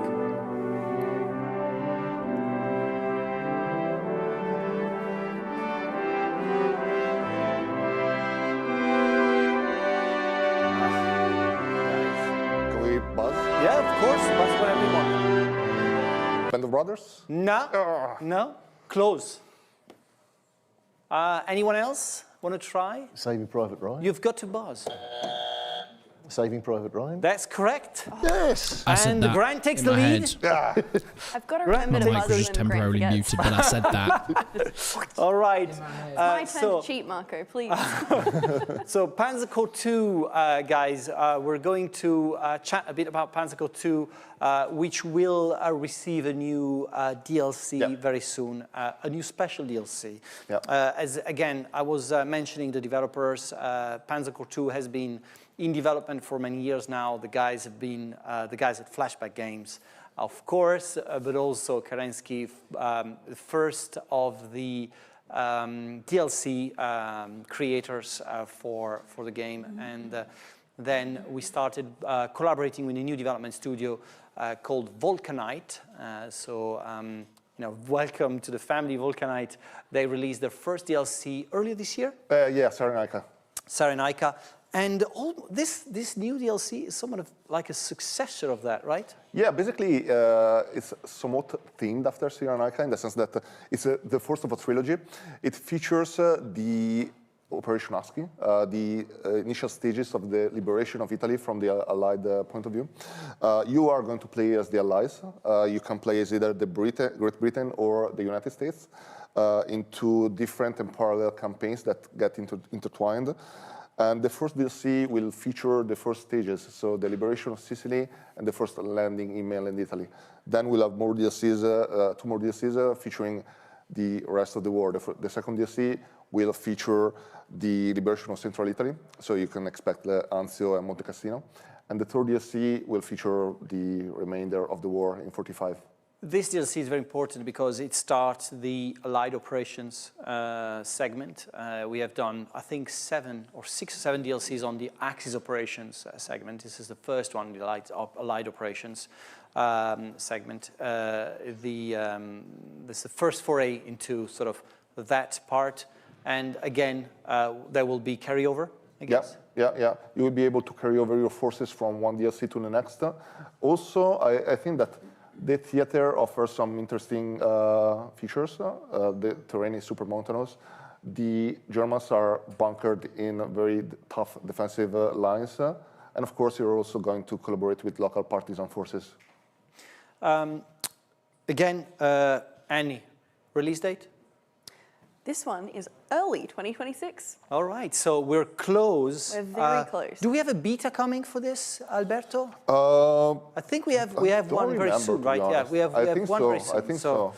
I'm pretty sure that they post the announcement soon for it. I mean, this is, of course, again, one of these examples of how historical research shows very clearly. So this is going to be the first DLC we have for Panzer Corps next year, and there's going to be a lot more coming from also new creators, content creators, DLC makers. So expect more news about some DLCs with more water. That was it. All right, so next question on the board. Let's check it out. Oh, other worlds. Okay. I think we're leaving the what's next. I think that's on purpose, maybe, the what's next column. But let's see. So, Starship Troopers. This is one of the biggest games we've had in recent times. Starship Troopers just got a territory mode released early this year. It was a massive success. You guys loved it. So the developers at the Artistocrats up in Belgium are super excited to share more stuff. Let's see what the question is. When did the last Starship Troopers movie come out? All right, so there's three answers here. So 3, 2, 1, buzz. I'll give it to Alberto is competitive. Alberto, what was it? I think it's 2010. Wrong. 2008?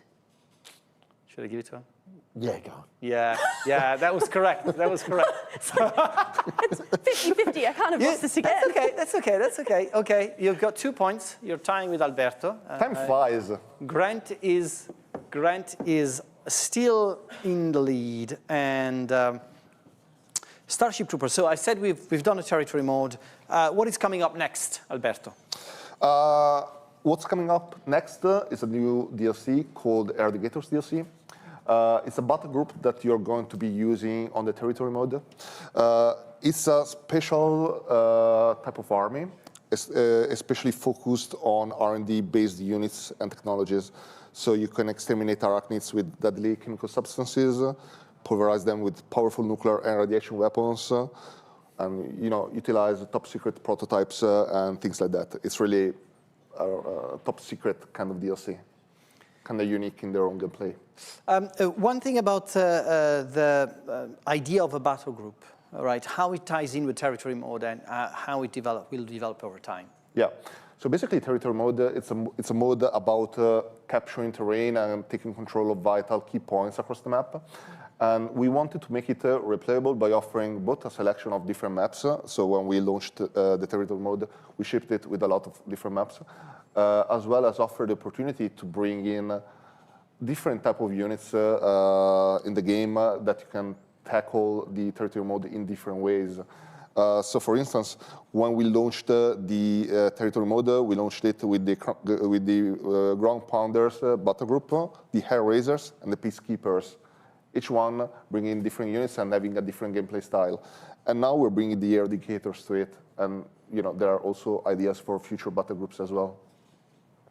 As I said, Starship Troopers is in development at the Artistocrats.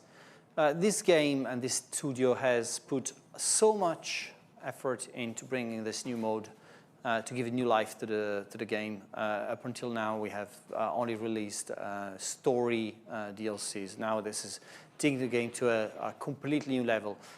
We have seen a lot of new players coming back to the game, which was fantastic. And I look forward to see how many more coming back. Annie, when is it releasing? Well, this one I can say is early 2026, but specifically in the first few months of 2026. It is. I mean, I like it how you never commit to much, which is very. What is it? Under promise, over give. No, yeah. I mean, and then on the 1st of January, boom, you've got it. Boom, they're all arriving. Keep your wallets ready. No, that's great. I think Starship Troopers will get this DLC very, very soon because there's so much happening in the future of the game. So look forward to what is happening next. The next question I've got for you is on the board now. Oh.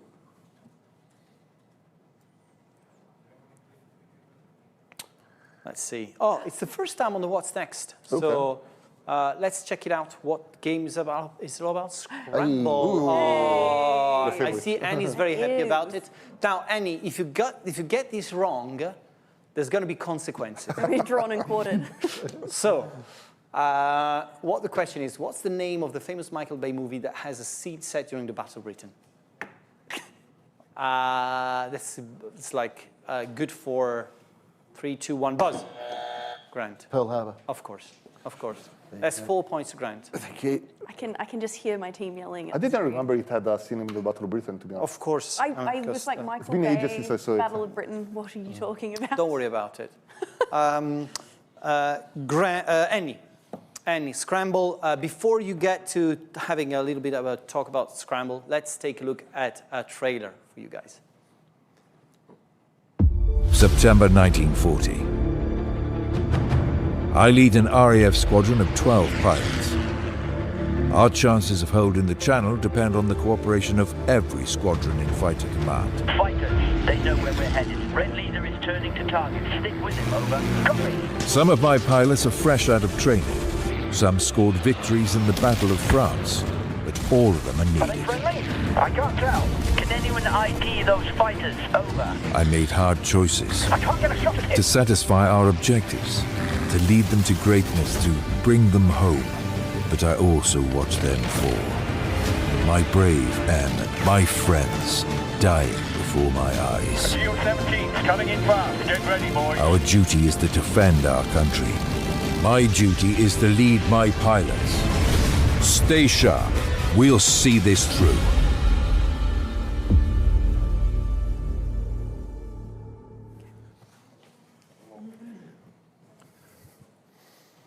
All right, Annie. Scramble. This is an interesting one because, I mean, it's your baby. It is indeed. It is your baby. We have released early access, was it a year ago? About a year and a half ago, yeah. About a year ago. The campaign, is that, tell us a bit about campaign and then, going back to, when we'll expect 1.0 to come out. So campaign. Yeah. As we mentioned, we're in early access, so we do not have our campaign in the hands of our players yet, but I can tell you a little bit about it. The Battle of Britain is, a historic event that's happening, and you playing through the Scramble campaign are not going to be changing the outcome of that history, but you are going to be in a personal corner of this wider conflict of World War II. You are going to be, as a RAF leader, sort of talking through the tale of your squadron. So you're every victory, every loss, you're changing the fate of every person in your squad. So our campaign goes through chunks of time. Raids trigger dogfights. Whether they win, whether they lose people, or whether they come out of it more experienced will change the experience of what's going on. Because your pilots are people. They have morale, they have readiness, experience, injury, stamina. They have traits. Some of them are going to do, going off as a lone wolf. Some of them do better in a team. Some traits are going to be that maybe they learn faster or recover from injury faster. And then in the more personal sense, that some of them are going to have like bonded teammates that they're best friends with. And obviously if they go down during a raid or they do really well, that's going to impact them too. We really wanted to have what was the equivalent of a memoir of a pilot be played out on your screen through this campaign. So that's pretty fascinating to see that. I mean, it's all started with a skirmish game with planes, right? Yeah, absolutely. And now we have more like a human aspect to it, which I find fascinating. Yeah, it is, at its heart, it is a dogfighting game, but you're really attached to the pilots that you are playing with, because they are playing alongside you almost. So we've talked about, we have our squadron leader mode, and that was the thing that people really, really liked playing, which is this almost like continual endless mode with their squad. And as we added, fighters like the Hawker Hurricane or bombers like the DO-17, that stayed consistent. Even with multiplayer updates, people wanted to see their pilots' names still alongside their friends' usernames. So that was definitely part of it. Annie, I know it's, but you're the release person today, so we have to ask, when is 1.0 coming out? Is the campaign mode release going to be the 1.0 thing? It is, so it is going to release alongside our 1.0, and we are looking at spring 2026. Oh, that's great. Spring is not too far. It certainly isn't. So again, I'll let you also join me in this, but development team here is an internal development team. Absolutely. So big props to our guys, especially John, Spencer, and Miguel, who are working tirelessly on this game. You guys have been instrumental to making this game. I can see. I think reviews are around 90% on Steam. Absolutely. There's a fascination towards the model, the combat model, and how Scramble plays. Yeah, Scramble's very interesting. Like it is partly a flight sim, but someone described it to me as chess in the air the other day, and I thought that was probably the most apt description I've ever heard of Scramble. It is a dogfight game at its heart. Yeah, that's amazing. That's amazing. Thank you very much. I've got here. Sorry, Graham. I need to give you more beer because there's people in the chat asking about. Do you know anything about combat mission? I do know a fair bit about combat All right. mission, yes. Okay. Yes. Okay. But you can't talk about it. No, I know about combat mission. It's been around for 25 years. It's an amazing title, fantastic. But that's as much as I can say. I don't know anything about the future. Okay. And you're sure about that? Yep. Okay. Yep. My lips are sealed. Okay. We have, before we go into the next game, I forgot to showcase the Starship Troopers trailer for the Eradicator. So I have to apologize for that and apologize, Lucas, for this. So let's take a look.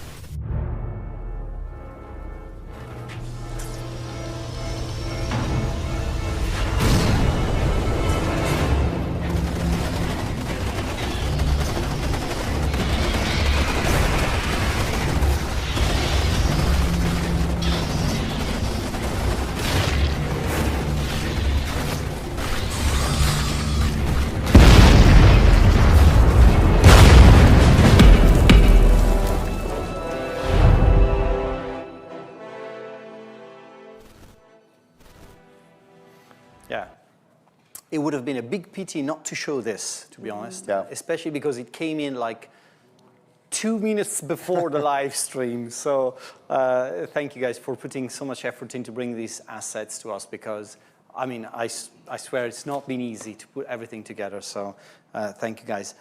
Next question. Where is it? Oh, okay. So again, a future game, something that's not been released yet.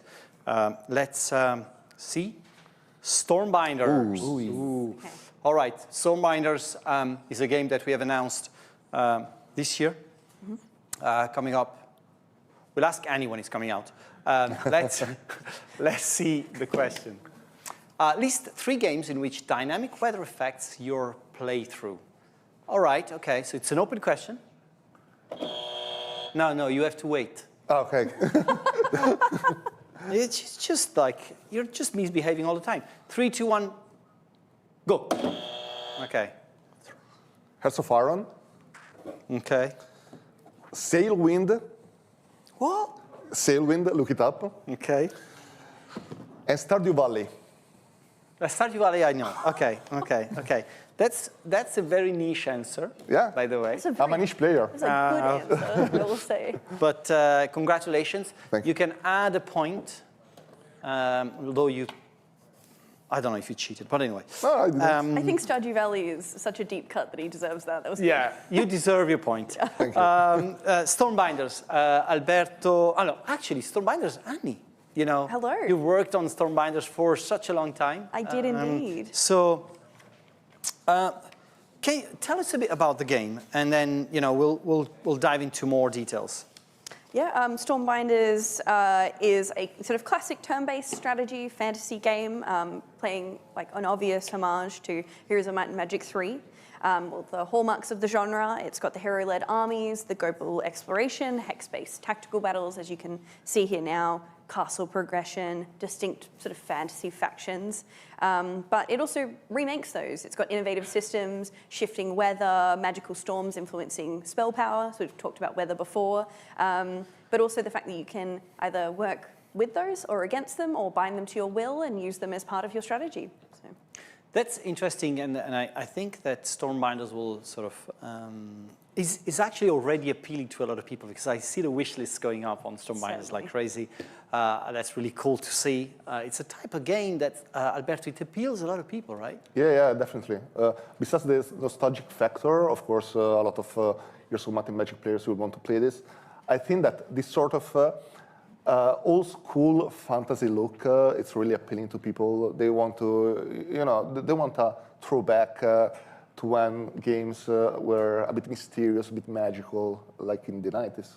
Yeah, even the art style, we sort of called it 2.5D because it is 2D on a 3D setting, where it kind of invents that sort of thing, is very nostalgic to me. Yeah. While also being sort of brand new. It is, and it's interesting also that it's not these look like simple games, so they're very hard to make, right? A development team certainly so. My memories of playing these sort of genre games is often like smash the battle, walk. But you can see here, even with that, you've still got to build your character in certain ways and navigate the space in certain ways because your opponent's doing the same thing. Great stuff. Can I ask when it's releasing? No. No, you can't. It's a secret. I'll never tell. I cannot say that one for you. I don't know when it's going to release, but it's is it in beta? No, I don't think yet. No, it's going to be coming to beta very soon. But if you stare at Slitherine.com/beta for a while, it might appear eventually. It might appear for you guys. Stormbinders is a massive game. It's really, really big. So expect to spend a lot of time on it. Alberto, do you want to spend a few words about the developers? No, they've been great to work with. They're very talented. I think they really get the type of game that they're making and they wanted to make, and I think that they're great guys to work with, and the game will be great. They're also passionate about the genre because they're all big fans of the. They were huge players of Heroes of Might and Magic, and that's why they wanted to make this game. It's a passion game for them. It is. All right, guys. So let's go back to the board. We've got more news coming up. Okay. So last on the Other Worlds segment, Terminator. All right. So this will close the already released games we've got, and we'll now focus on what's next. Question for you: how many movies and series are in the Terminator franchise? And in how many does Arnold Schwarzenegger appear? That's 2 questions. That's 2 questions. Now, Mark is cheating. Yes. How many movies? How many movies in the franchise and how many of these numbers feature Arnold Schwarzenegger? I can see Grant is counting. 3, 2, 1, Buzz. 4. 4 in the series or 4 Schwarzenegger? There's 2. 4 with Schwarzenegger. 4 is wrong. Okay.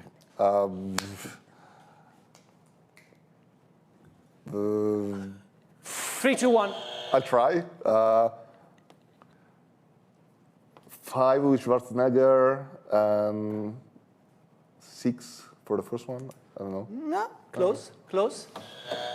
I think it's something closer to 9 movies and series, and I think he turns up in at least 5 of them, maybe 6. You were so close, I'll give you a point. What's the answer? The answer is 8 in total. There's 6 movies and 2 shows. Okay, and I did remember. he shows up in 5. Oh, wow. That was a difficult question now. Really difficult.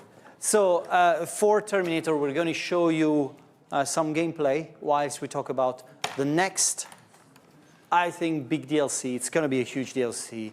One thing about the DLCs of Terminator is, in my view, it's one of the games where you actually see in every DLC there's so much more added to gameplay.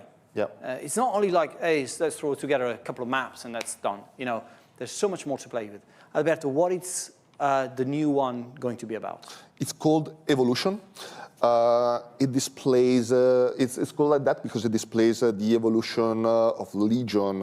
So we're talking of the Rev 6 Mark II, which is a super fast, hyper-fast melee killer equipped with bladed limbs, high-speed actuators, and specialized routines designed for close-distance combat. So essentially, what it means is that this DLC is going to bring melee combat into the game.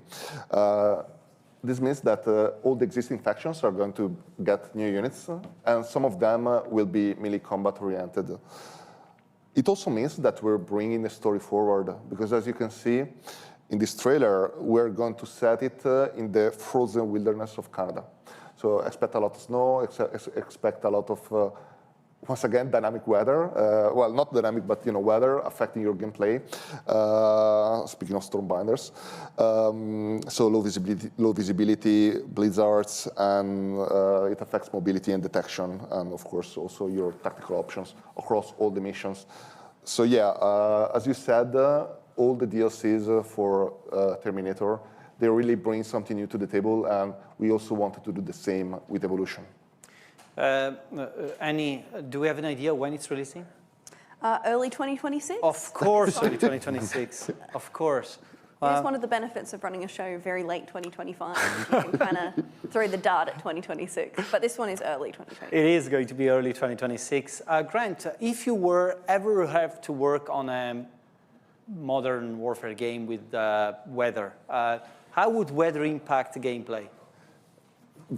I'll tell you what, there's 2 modern warfare games I'm working on right now. Okay. Ooh, one I can't talk about, and the other one I can talk about. Of course, of course. But I'd still like to give a big shout out to Patrick and the guys in Poland who are working on the first one that I can't talk about.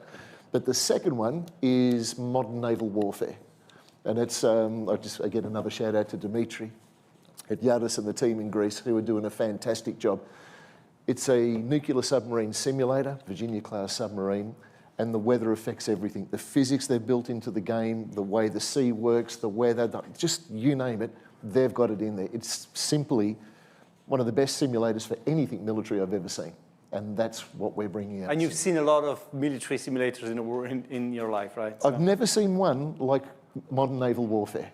It's amazing. Is something else. It is something else. Definitely, and modern simulators are bringing us to this last game before the break. I want to mention this is a game I'm just going to sort of mention to you guys with a number of images. It's called a game called Space Station Designer, made by our good friends at Polar Motion.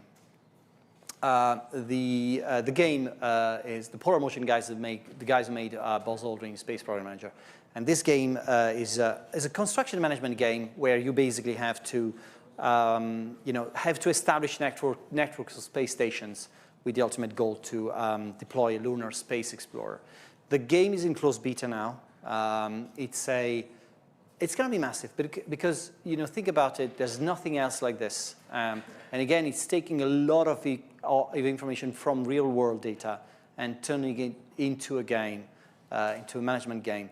If you want to check it out, it's on slitherine.com/betas, and you can definitely subscribe for the beta now. When we're back from a break, we're going to showcase 3 new things I'm very, very proud of. You've seen there's 3 spaces left on the What's Next board. So I'm very happy to share with you, I'm going to be very happy to share with you all these new games. Just stay with us and we'll be back in a few minutes.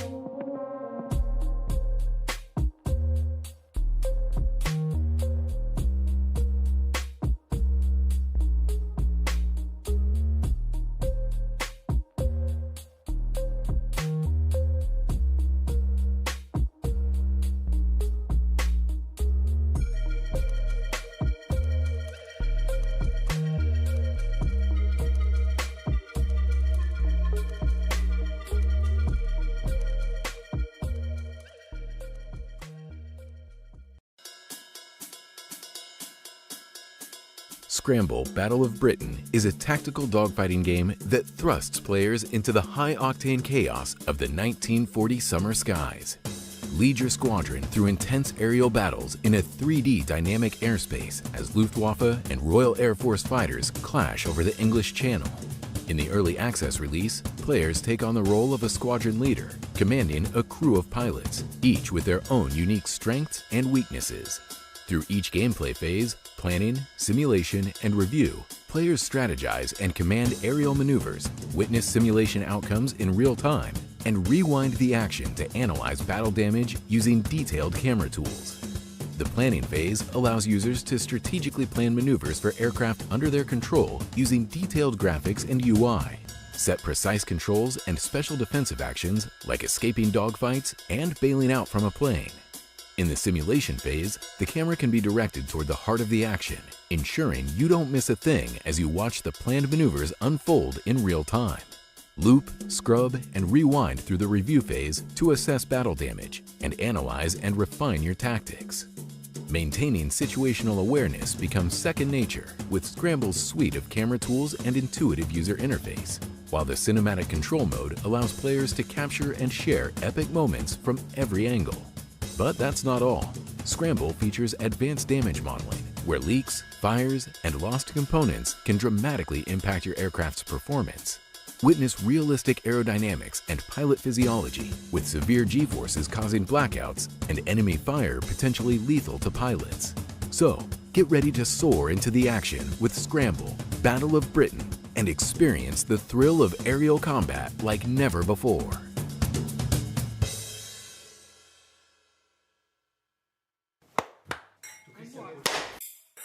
Hello, welcome everyone. Welcome back to our kitchen. There wasn't enough fennel in the supermarket, so we have coriander in place. Well, I don't know how to call it, but it's a great piece of game design. When players complain about a problem, they're always right, but when they come with a solution, they're always wrong. I was a bit of a pariah at Bethesda. I don't drink wine, I don't drink coffee, and I don't eat sushi. They're like, oh, don't bother asking Pete, he doesn't do that. where Rossi put his helmet with his face like... This is one of the best experiences of my life. Thanks for joining us, guys, and we'll see you next time.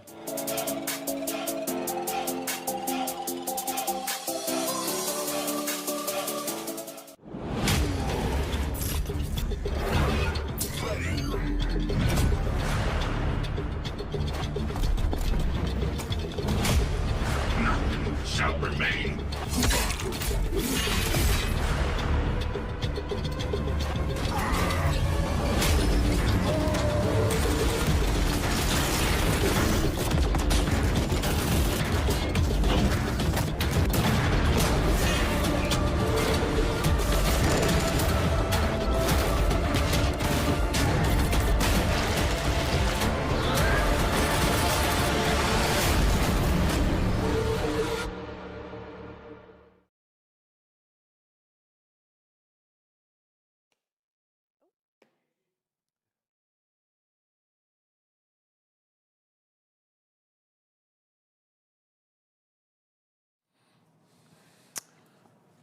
And welcome back, guys.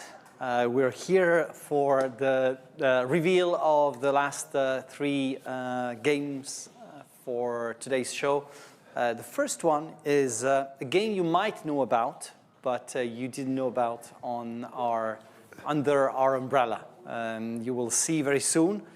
13th question on the board, and the question is about, let's go for the question first. Who were the 2 contenders in the race to invent the radio, and who won? That's 2 questions again. So 3, 2, 1.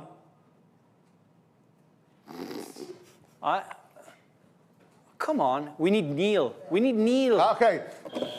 Oh, we were waiting for you to say go again. Yeah, exactly. Okay. So, Marconi, and I don't remember the other one. Okay, who is the other one? Marconi. Who will give me the second one? I don't know. Think of a car. Think of a car. Renault. What did you say? Ford. Ford, no. It was Tesla. Oh my God. Really? Yeah, Tesla working on a... I actually think they win. But Marconi won. Yeah, Marconi so won. It was, that's how it went. So while we're talking about radio, guys, we have a short teaser for you before we say what it's all about.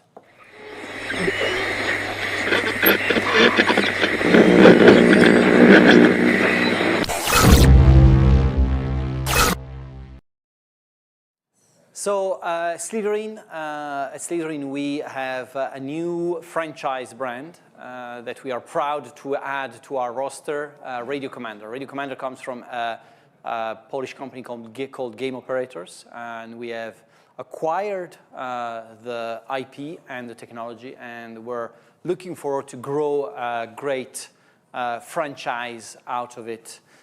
We're going to do great things with it, but first of all, very quickly, Alberto, what is Radio Commander? Yeah, Radio Commander is a game which was originally set in Vietnam. So we took the original Radio Commander, we rebranded it to Radio Commander Vietnam 64. It's a game in which you use the radio in order to get information and send information on the battlefield and send orders to the units under your command. Vietnam, of course, was a setting in which having real-time information was vital in order to understand where the enemy was.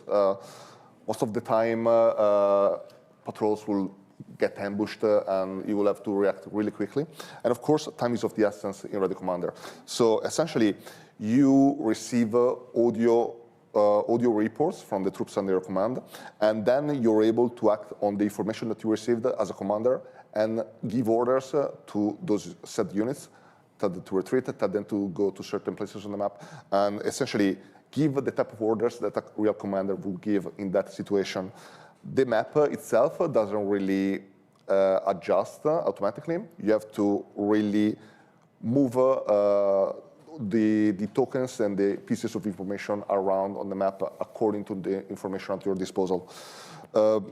So Vietnam 64 was a game already released by Games Operators. So, but we now have, you know... We are now the publisher of it. Okay, and then we have a new game under the same umbrella that we have announced. We do, and it's called Pacific 41. It's a Radio Commander game. It's set in the Pacific Theater. You will be playing as the Americans following the offset of the Pearl Harbor attack. And from one mission to another, you will be facing the Army of Japan and the Navy of Japan. And you will be facing those same harsh situations that the Marines and the US soldiers faced during those critical days of World War II. I think you know, it's very easy to understand what the game is about with this. As you can see, you can even take notes on the map itself. And it's very unique. For instance, here the player is giving orders. They're giving an order to move to those specific coordinates, which is near the beachhead. Every scenario represents a different historical, tactical situations that they historically faced. So you can expect different mechanics affecting each individual scenario. And I think it's a quite unique gameplay and a very different look for strategy. And we're really already... nothing else like it in the market. We're already thinking of bringing this same system to many other war theaters because it's just a fascinating way. Grant, if you were ever to make a Modern Warfare game, how much would radio impact gameplay? Oh, it's huge. It really is, because comms gives you the eyes on the battlefield and tells you what's going on and what's going to happen and where your troops are and how you're going to react. Without it, you're blind. But the thing is, the communications on the modern battlefield is so complex now, from satellites in the sky, and also there's all the electronic warfare that's there to stop it and make your enemy blind or make you blind. So it's huge and it's very, very complicated. It is very complicated and it's adding a completely new layer of management. Yeah, it's always, communications have always been critical, like in the American Civil War. They used to put balloons above the battlefield, try to predict what the enemy was going to do, then relay that down. But today, we're in space trying to find out what the enemy is doing. It's fascinating. Annie, when is Radio Commander Pacific releasing? Do you want to buzz in and have a guess? That's right, it's 2026. 2026, of course it's 2026. We're planning to release Pacific in the second half of 2026, but we'll keep you up to date with more about what is coming up on the game. Now, we have two spaces left on the What's Next, and I would like to ask you to see the next question. List 3 war games, like I'm saying miniature war games, that were adapted into video games. 3, 2, 1, buzz. Sorry, question. Like literal translations, like complete adaptions. Oh, come on. Give me 3 miniature war games that were brought to...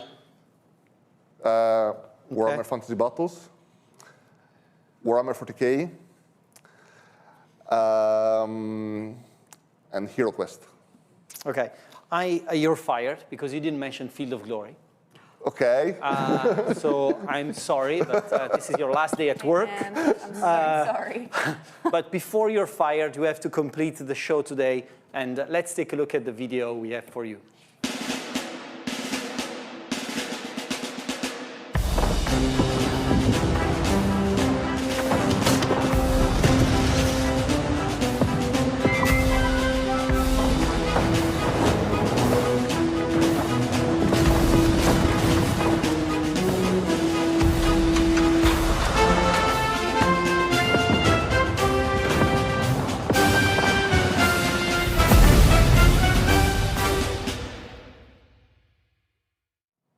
So bolt action, as a company, I have to say, Slitherine has always been very, very careful in, looking at the trends in the war games world.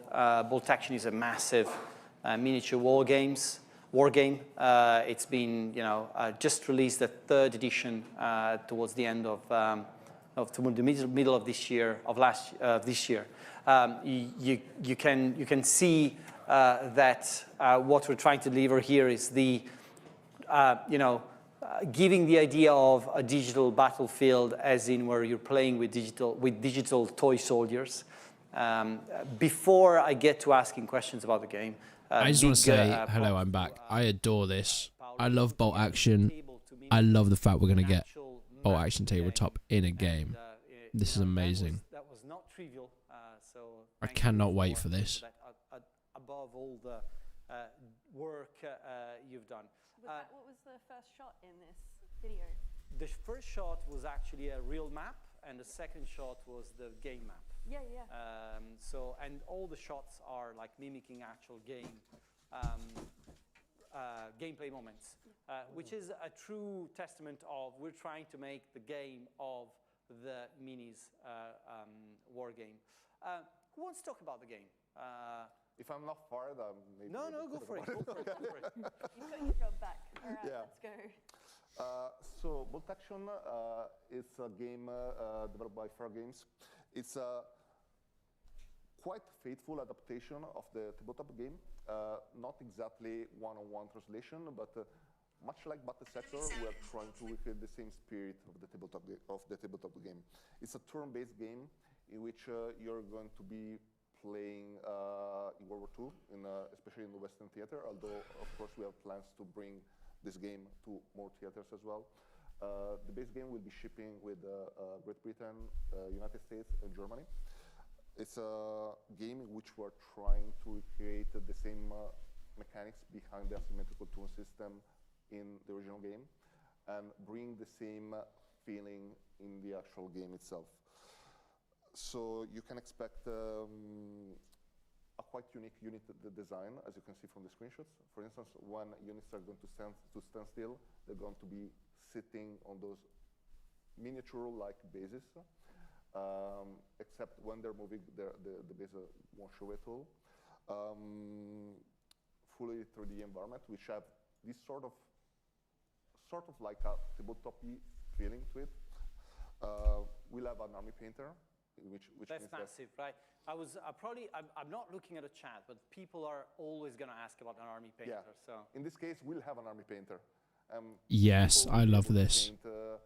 This is such good news. So that's amazing, right?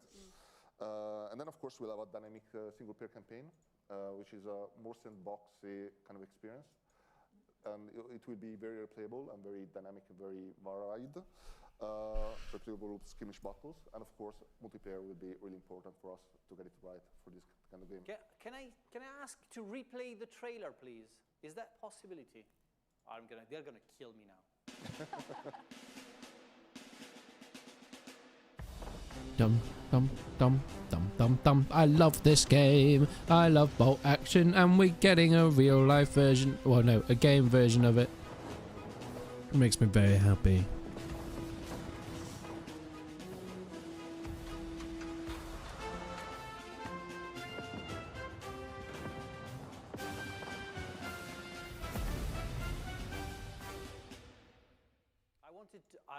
I wanted you to check the craft, because the first time you see it, you don't really realize it, but there's a lot of craft there. I wanted to point out.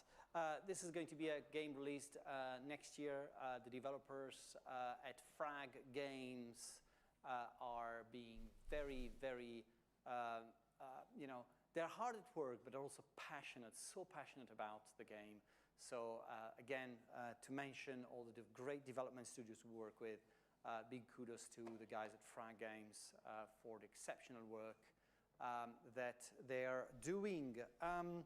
We have a last question for you guys.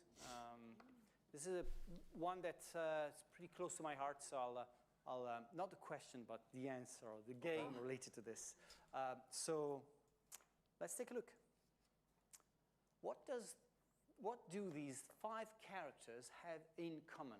Freddy Krueger, the Boogeyman, Candyman, Vecna, and Pennywise. Like kids. 3, 2, 1, buzz. I'll give you 20. They appear in nightmares. They are appearing in nightmares.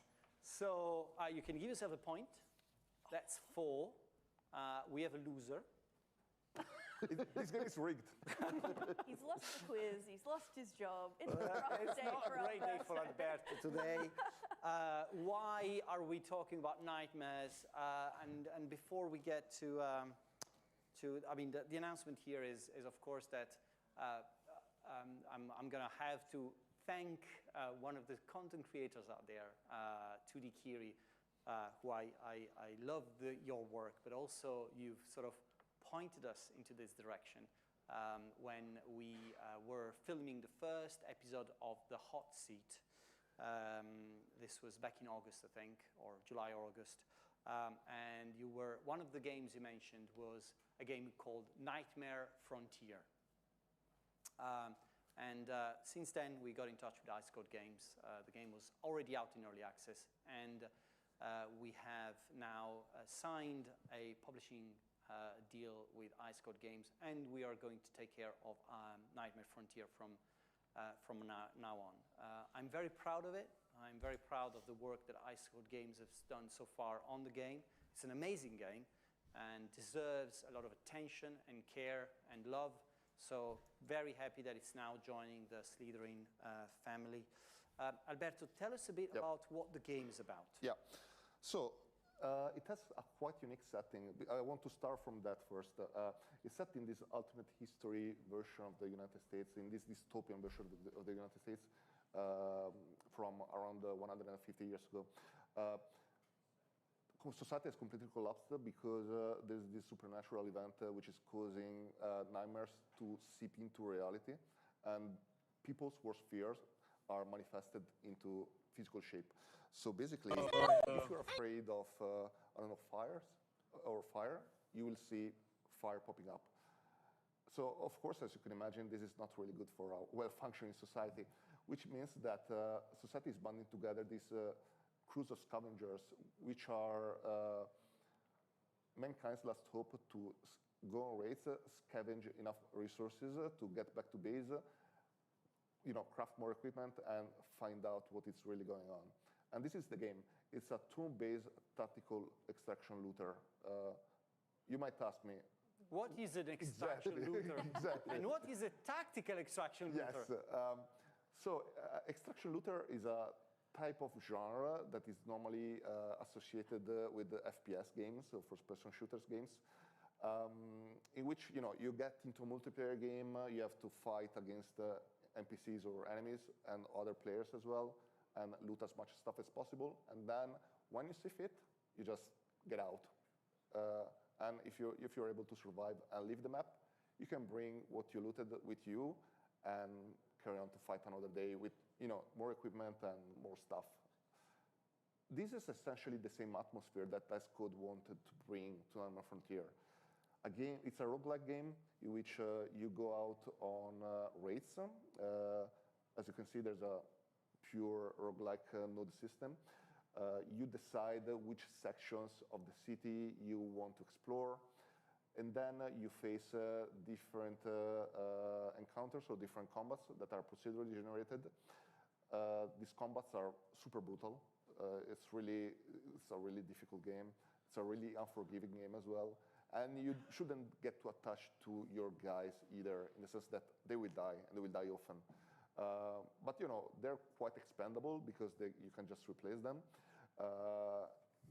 But yeah, there are some very cool, unique mechanics. So as mentioned, the first one is the nightmare mechanic.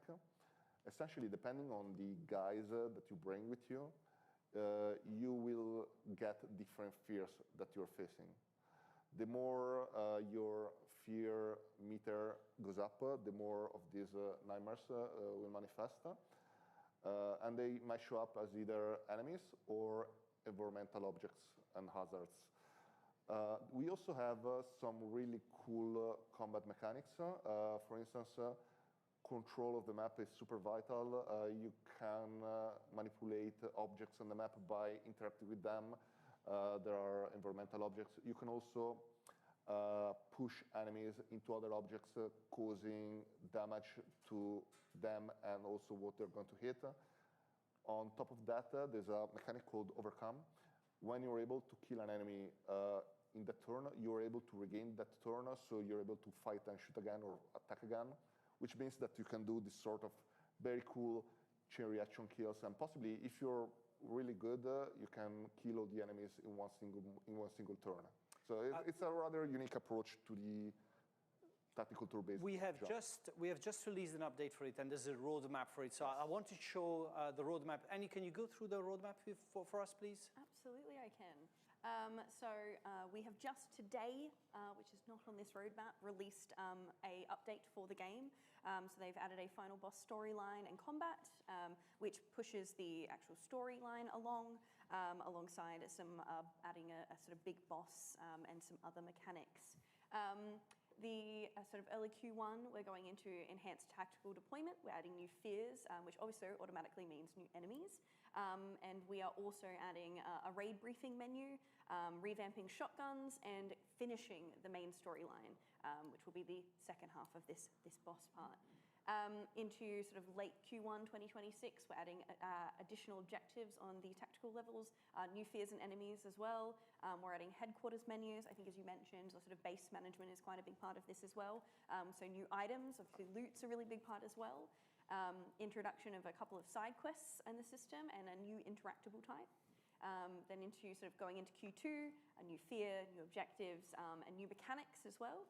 So ricocheting interactables, which will be really good for combos as well, items and side quests. And then late Q2, it's going to be the final tuning. So everything's sort of getting balanced and mixed up, and we're listening to your feedback in early access as well. And then we go on to the path to release.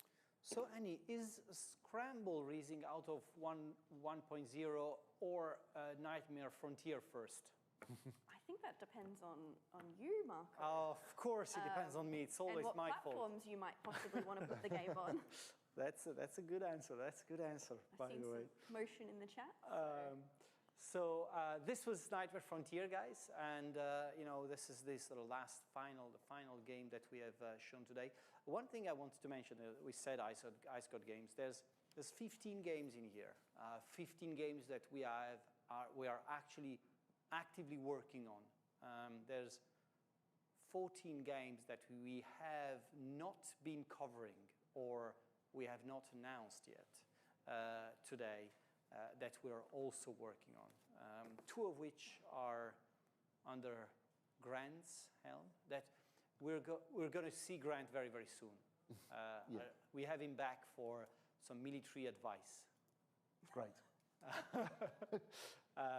The other thing I wanted to say, of course, we have a lot of tournaments that are just open for signups. I've got a list here. It's basically every game with a tournament system active that we've got. So far, Field Glory 2, Field Glory 2 Medieval, Warhammer 40,000 Battle Sector, Valor and Victory, Combat Mission, Strategic Command, Panzer Corps 2, Flashpoint Campaigns, and Headquarters World War 2 all have open sign-ups for tournaments. The other thing, of course, and because take care of the last bit of information, of course, we have a sale going on. So everything on Slitherine is for sale. Amazing news. Cannot wait. Cannot wait. I'm going to actually go and play RuneQuest Warlords now. I just thought it looked cool. But thank you so much for watching this stream, everybody. This has been Slitherine's new games. Some really interesting stuff coming out there. I appreciate you sticking around and for coming and checking out. They just release a hell of a lot of stuff. No, they're not coming from Australia. We wouldn't be getting them over for a 2-hour show straight from Australia. But I don't know what we have to name a winner there. Yeah. Let's do a question just for them. A question just for them. Ask me when something releases.